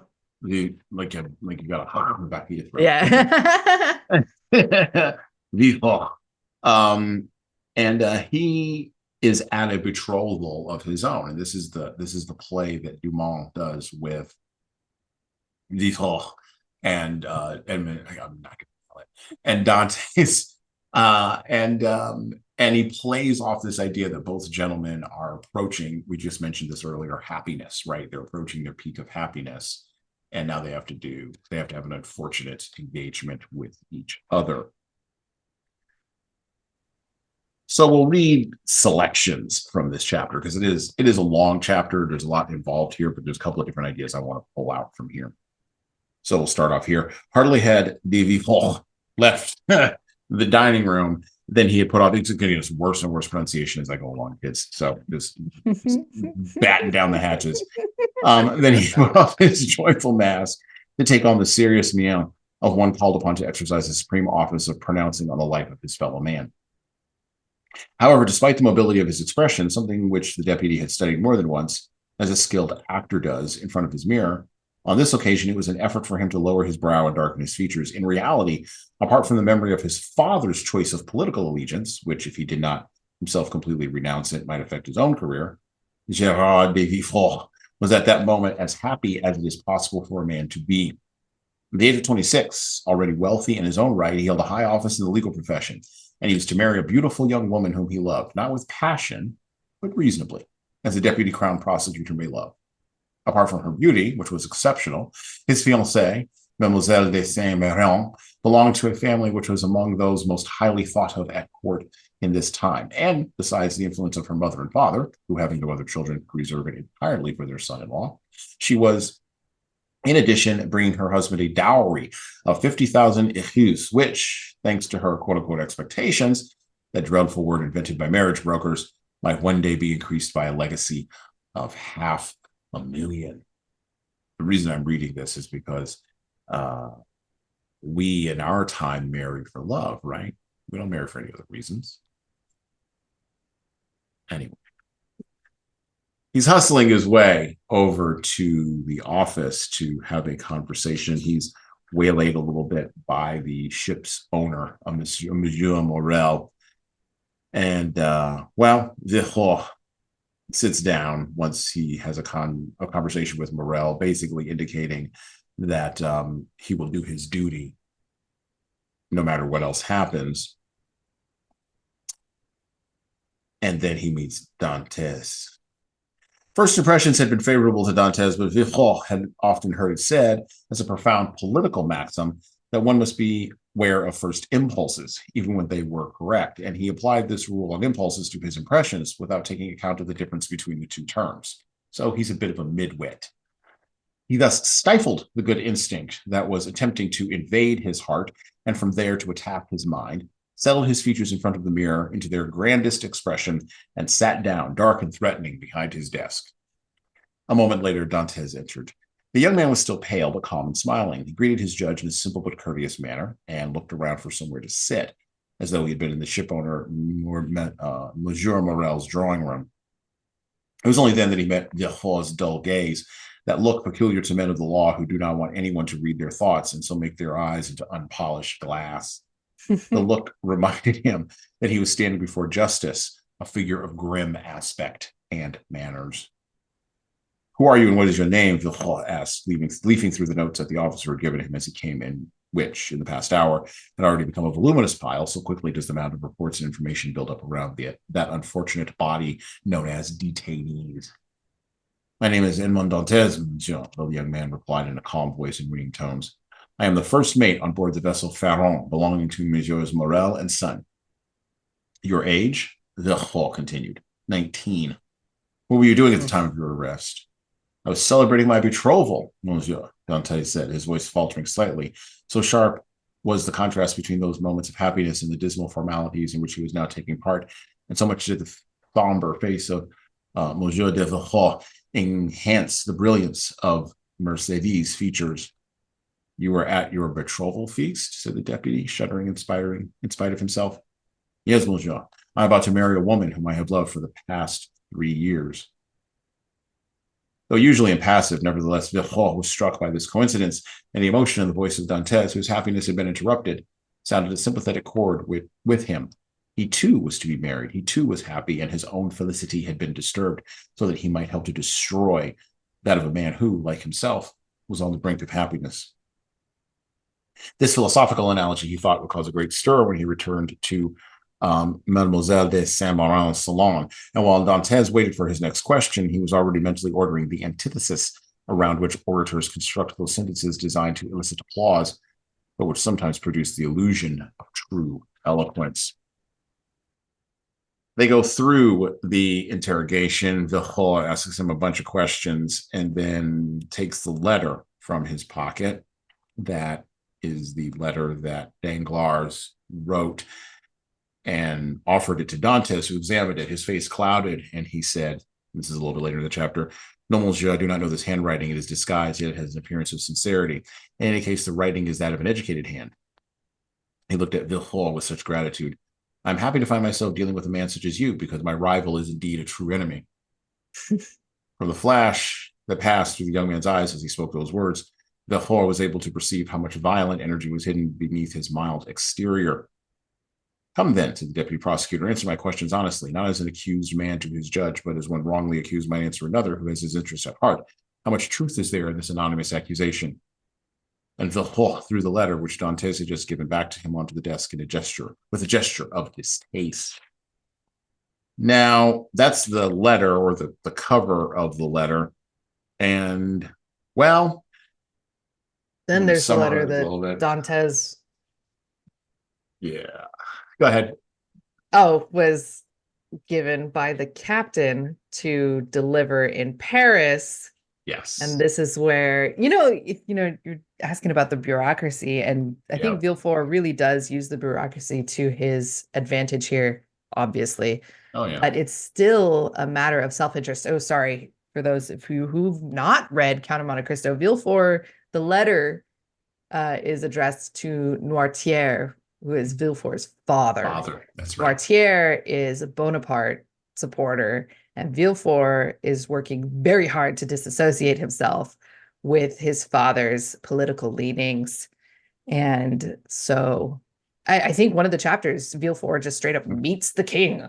Yep. So he's headed. Yep. he's working real hard to He goes right to establish Paris. himself with the new monarchy, or the old reestablished monarchy, whatever. And so Edmond Dantes now presents a threat to all of Villefort's hard work. And instead of being a cool guy,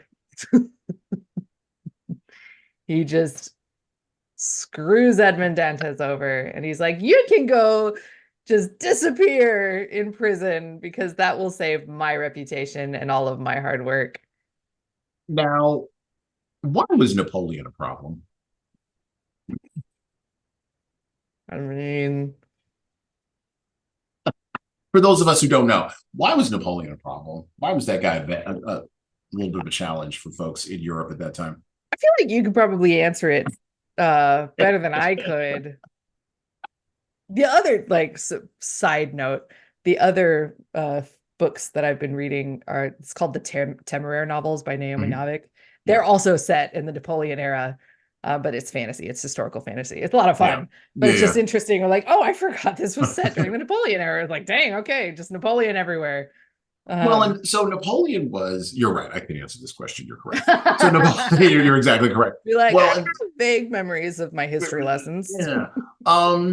And so this novel, or the Count of Monte Cristo, the events of Count of Monte Cristo, occur at a time when Napoleon is he's at his first exile to Elba. Yes. And so the folks on the monarchists on the continent, specifically in France, don't know if he's going to mount a return, which he would actually mount a return. And then there would be 100 days where he would basically rampage across Europe, and then he would be put back in a box and shipped off as far away as they could possibly manage to ship him off, because I'm really curious as to why they didn't send him to like North America. Anyway, it doesn't matter. Point is, they were going to put him in a box and send him away, right? And that gap between, him being defeated at the Battle of Waterloo and then being exiled, and then coming back, that gap of time, there was a lot of turmoil in France, particularly around Paris. You see that in the chapter where Villefort runs off and goes and sees the king, to your point. And at that point, everybody's trying to make their own separate deals. Everybody's trying to appeal to the king, or not the king, at least the monarch. Everybody's trying to ensure their place. Correctamundo, that's right. There's a lot of what we call in modern terms jostling for political position. And Dantes is the classic guy. He's the term that we use nowadays, particularly on Substack and other places, is normie. He's a normie. I was going to say ingenue, but that's usually for women. Ingenue is for women, normie is for dudes. Yeah. He's your average video game playing dude who just wants to get married and go back to work. Right. He doesn't know who Joe Biden is. He doesn't have an opinion about Donald Trump. He doesn't even know who his own mayor is. He's just there you go. Right. Yep. I just want to hang out and go. I don't know. I want to go to work. And he's marrying a pretty girl. Right. I just want to marry the girl, pay the bills. He got promoted early. Right. I'm 19. I got a promotion. Wow. I don't want to die fat and old. And by the way, I'll be fat and old if I'm lucky by the time I'm 30. Come on. Right. He's almost a man with no, I won't say no motivation. He's almost a man with no, I'll frame it this way. Dumas has created, the author, Alexandre Dumas, created a character upon whom he could paint anything. And he painted this revenge story on Dantes because of the situation that he was surrounded in. And so I think there's a warning actually in here for all of the normies. And the warning is, and this is where bureaucratic self-interest comes in and its discontents. If the bureaucrat decides that it's self-serving to reach down and get you, and by the way, you're done. I mean, you see this in Night by Elie Wiesel. We covered the Gulag Archipelago last year by Alexander Solzhenitsyn. Like, if you're engaged in just living out your life, the system, and we talk a lot about this today in our culture, the system will find a way to get you if the system wants you. Oh, that reminds me of this. kind of a weird example, but I play a lot of board games, and my favorite board games are the ones where I can just sit on my side of the board and do my thing. And, I'm like, oh, cool, I'm getting my points, blah, blah, blah. And as soon as somebody comes over to fuck with me, I'm like, leave me alone. Why are you bothering me? I'm just happy over here. And it's like, well, it's because it's part of the game. Right. But that happens in life. That happens in life. It's all part of the game. One of my favorite shows on HBO the last 25 years was, and it's not on anymore, but I recommend everybody watch it. You can find it on HBO Max, the app, The Wire. You should watch all 3 seasons of The Wire. Talk about brilliant writing that hangs together. It's genius. It takes the cop and robbers or cop and versus drug dealers sort of trope, puts it in Baltimore, and then takes it to its next level. And the writing is so clean and clear and amazing. And there's a character in there who robs other drug dealers named Omar. Okay.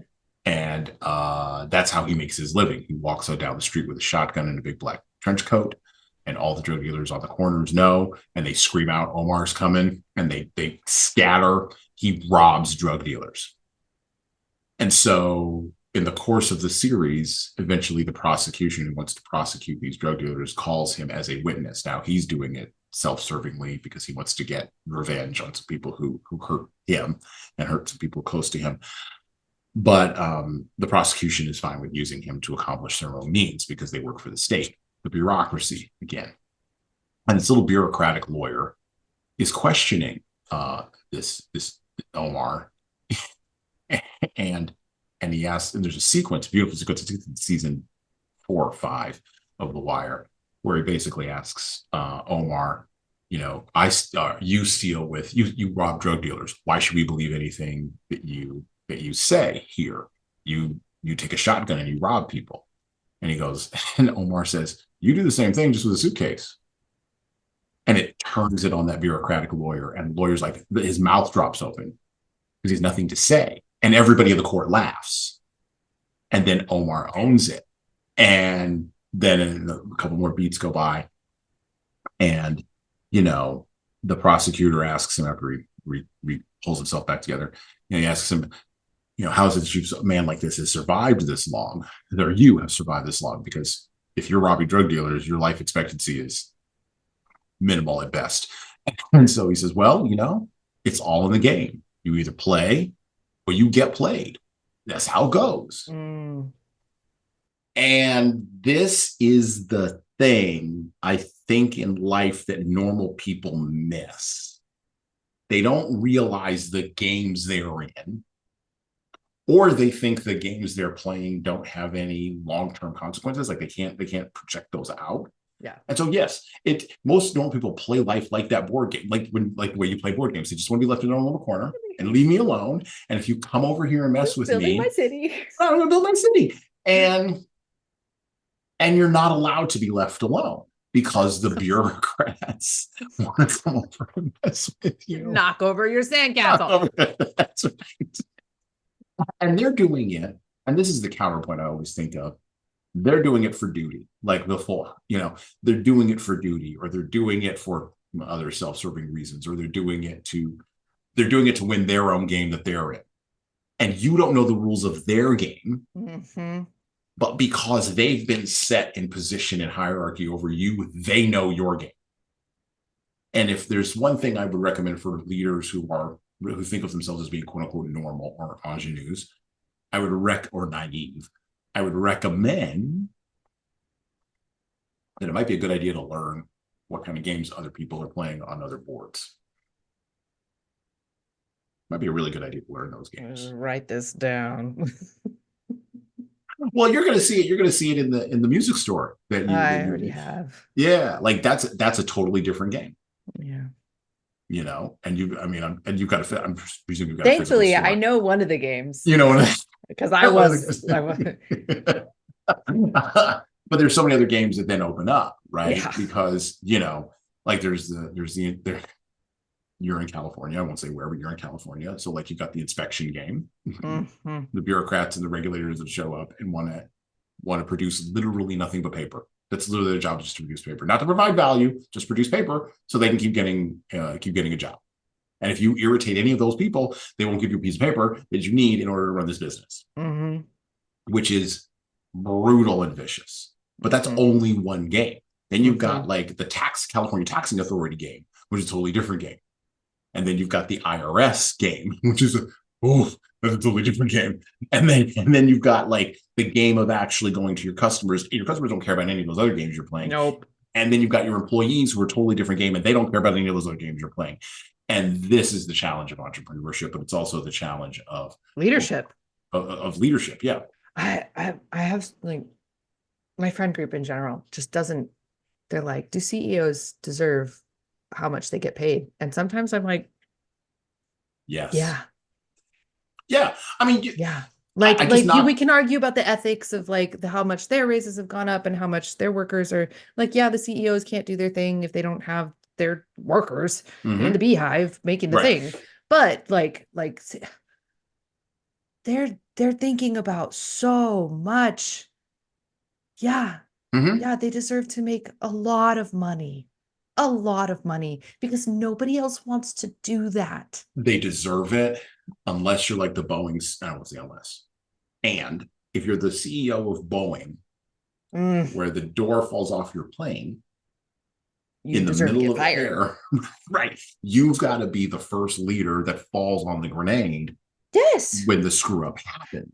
And I think that's the big issue is our I don't know. I was about to say a blanket statement, but I think something that people are not seeing in CEO leadership is that they're not willing to fall on the grenade for their companies. They're not willing to, it's just a paycheck. It's all very mercenary. Transactional. Yeah. And so the passion, what are those vision or whatever, right? The buy-in of the company's mission. It's not actually there. They don't actually care. Well, and you see this for also a lot of the big ones, right? I think there are some smaller, still maybe like lots of revenue, but smaller companies where the CEOs they'll take the hit.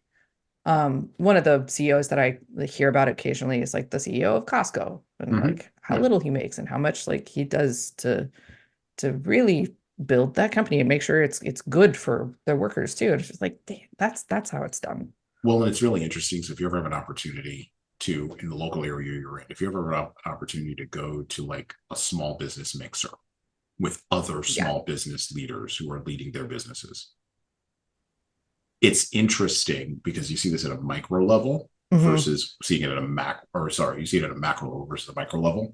But what you see is when you wind up, or what you experience when you wind up talking to folks, and I've been to a lot of those mixers and summits and conferences and things like that in my time, in running like the 3 or 4 businesses that I've run.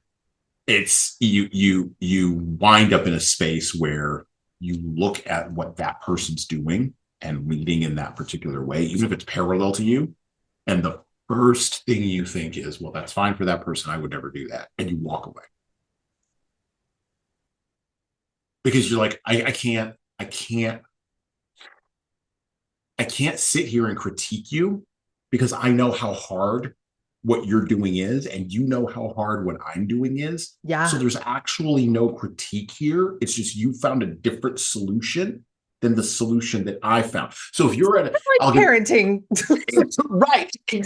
Right. Now, one of the things that I push on very often, just like in parenting, is there has to be a standard at some level. Like we have to say that there's a baseline of ethics or a baseline of whatever, right? And we see this in the Count of Monte Cristo. There has to be a baseline of some behavior here that we all socially agree on.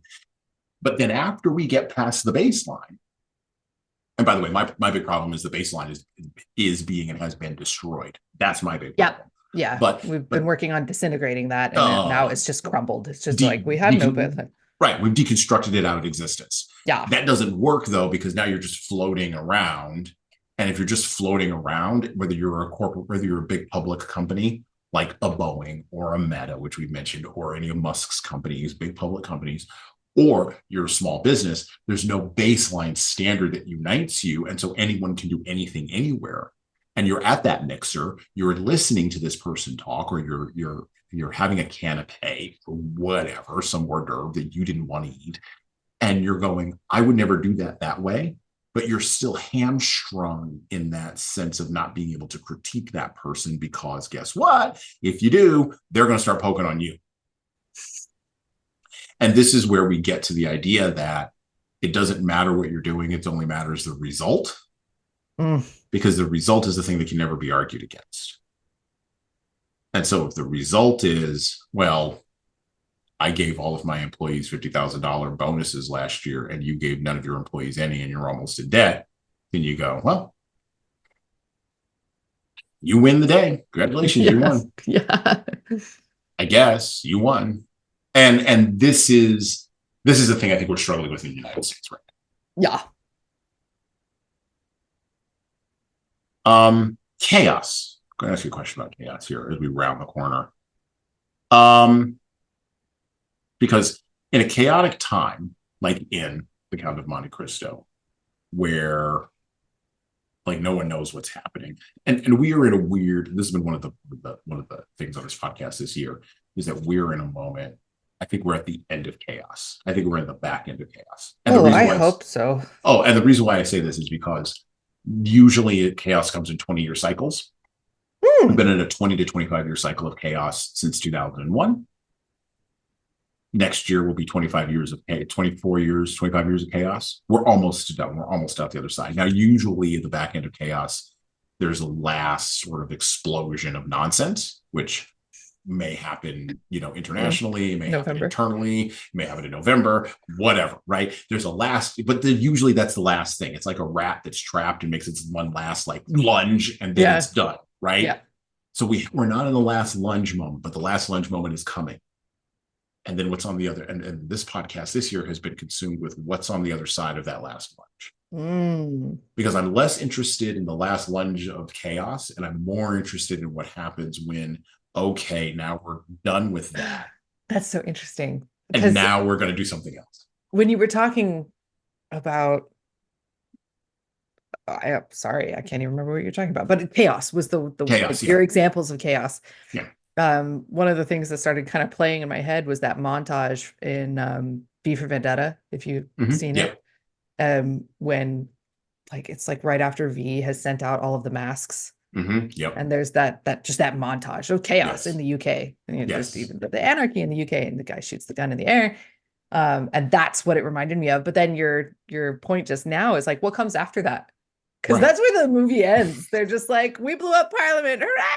The good guys won. And we're like, what happens next? Like, right. How do we rule? Right. Nobody thought about that. The one guy that might have thought about it is now dead. Well, this is my problem with revolutionary movements, because sometimes the dog catches the car. So I already mentioned, before we started the podcast, I mentioned the Joker in a different kind of context in The Dark Knight. And my challenge with many revolutionary movements, I don't care whether they're Marxist from the left or whether they're, Proud Boys or the Patriot Front or whoever from the right, I don't care. Political revolutionary movements, social revolutionary movements, cultural revolutionary movements, deconstruction, which is a philosophy from Derrida, all of this stuff. What happens? I always ask the diversity, equity, and inclusion people, what happens after you have a diverse, equity, or equitable and inclusive world? And of course, the response to that always is, well, hey, son, we'll never get there. Oh, okay. So what you're telling me, you're going to have never-ending chaos and never-ending revolution. And by the way, when you say that conclusion, everybody walks away. And the reason why everybody walks away and has nothing to say is because the thing that destroys in a revolution is not the same thing as the thing that builds. No. And it's time. I will say this. I personally have had enough of destruction, and it is time for building. Yeah. I've had enough of destruction. So are there going to be deconstruction or whatever fancy term? We've been deconstructing since 2 planes flew into the towers in the World Trade Center in 2001. We've been deconstructing ever since then. We've had 25 years of deconstruction. Stop deconstructing. Yeah. What are we Start constructing. Right. The thought that came to me was that the answer to your question is like, well, we don't know what we want, but it's not that. Right. We spend so much time criticizing the thing that is that we know we don't want. So we're not spending any energy or time on like, what would we do instead? Okay, so we were talking about Disney, and we were talking about the writing on Star Wars a little bit before we started this podcast. You're writing a fictional science fiction trilogy, and putting that out into the world. So this is our last question as we round the horn, literally, as we come around and bring it around. What are we going to build in the future? Because Dumas in The Count of Monte Cristo, he's building something for the future. He's building a myth. Right? He's building something that other people will be able to. He wasn't deconstructing tropes. He was building tropes. He was building cliches. He was putting something into the world, right? As a creator, and this is why I love having you on and talking about this kind of stuff. As a creator, how do we build past Disney, past X-Men, past MCU, past Star Wars? So my thought is like, I'm so tired of lazy writing and lazy world building. I'm going to go build my own world that is going to have all of the passion and thought and care and love that I grew up reading. Mm-hmm. That's what I'm going to go. I'm going to go create that. And if hopefully it sells, and if it doesn't, I don't know, I'm just going to push it until it does. Mm-hmm. There's not really any room in my mind for like, eventually people like me who maybe are still like, please get better. Mm-hmm. I haven't thrown in the towel yet, are going to find my world and they're going to be starving for it. And I think, and I don't, and here's the other thing.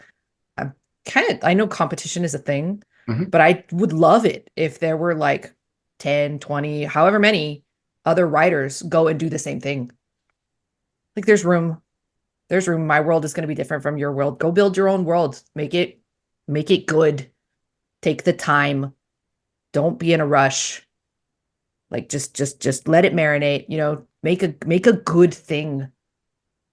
And it's hard. Do the hard thing. We want the easy out, right? We're like, ChatGPT, let it write it for me. It's like, no, ChatGPT can be a useful tool, mm-hmm. but it's not going to write your book. It's not going to build your world in like you said, with any substance. Mm-hmm. So go make your own thing. If you're unhappy with that, think about like, hey, what would you do instead? What would you do better? And then go do it. Don't just talk about it. Be like, haha, yeah, that would be cool if that existed. You had the thought, go make it.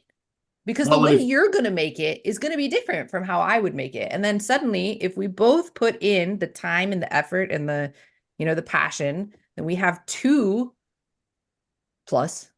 very high quality fantasy worlds. And just like people are going to eat it up. And eventually, this is where I'm the idealist, naive. If everything was roses, eventually Hollywood will be so starving for good content, then they're going to come to us.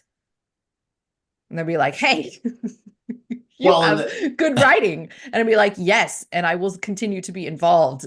And I'm not taking your contract until you like, here's the other thing. We need more people who can't be bought.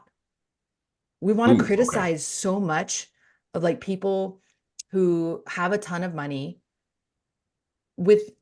without realizing that like we're just waiting for our chance to have that much money, except especially for artists, we need things that there's no figure. You cannot pay me enough to turn Urda into Star Wars. Urda, sorry, is the name of my world. URDA. Mm-hmm. I'm not going to let you do that. I think about this all the time when I'm fantasizing. So like, which director would I trust pretty much implicitly with my work? And I think I have one, and his name is Guillermo del Toro. And because that guy is picky. And when they wanted to make Pacific Rim 2, he was like, nah. Yeah, I don't need that. I'm not going to do it. And so they made it without him. And guess what? It was... It was exactly what you would expect. Yeah. Yeah. But Guillermo del Toro is just such a fantastic storyteller. If you didn't watch his Pinocchio that came out on Netflix, that was amazing.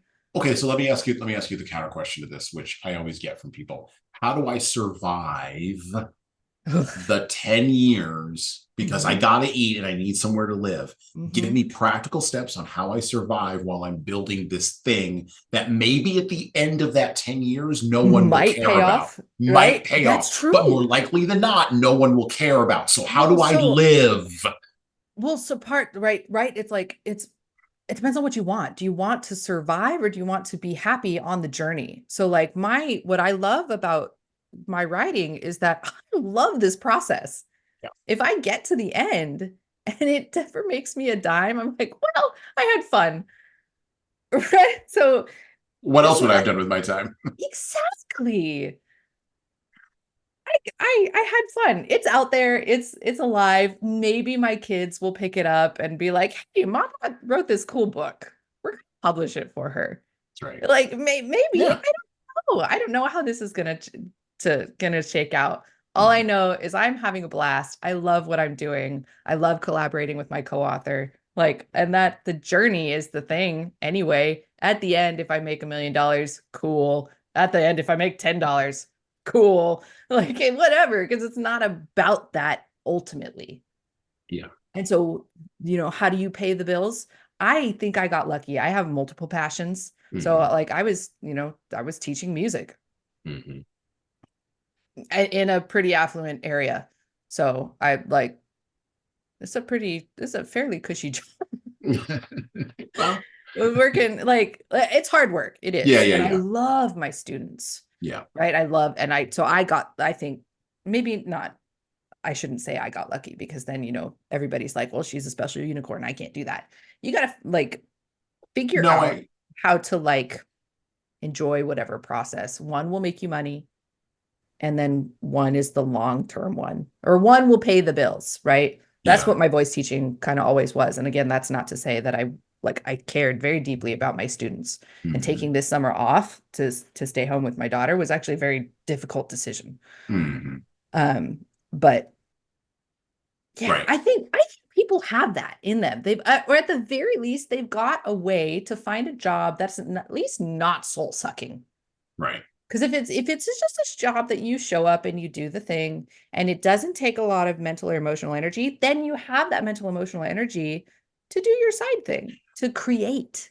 That's how you do it. Well, and when you show up to do that job, and this is something, this is how I solve that conundrum.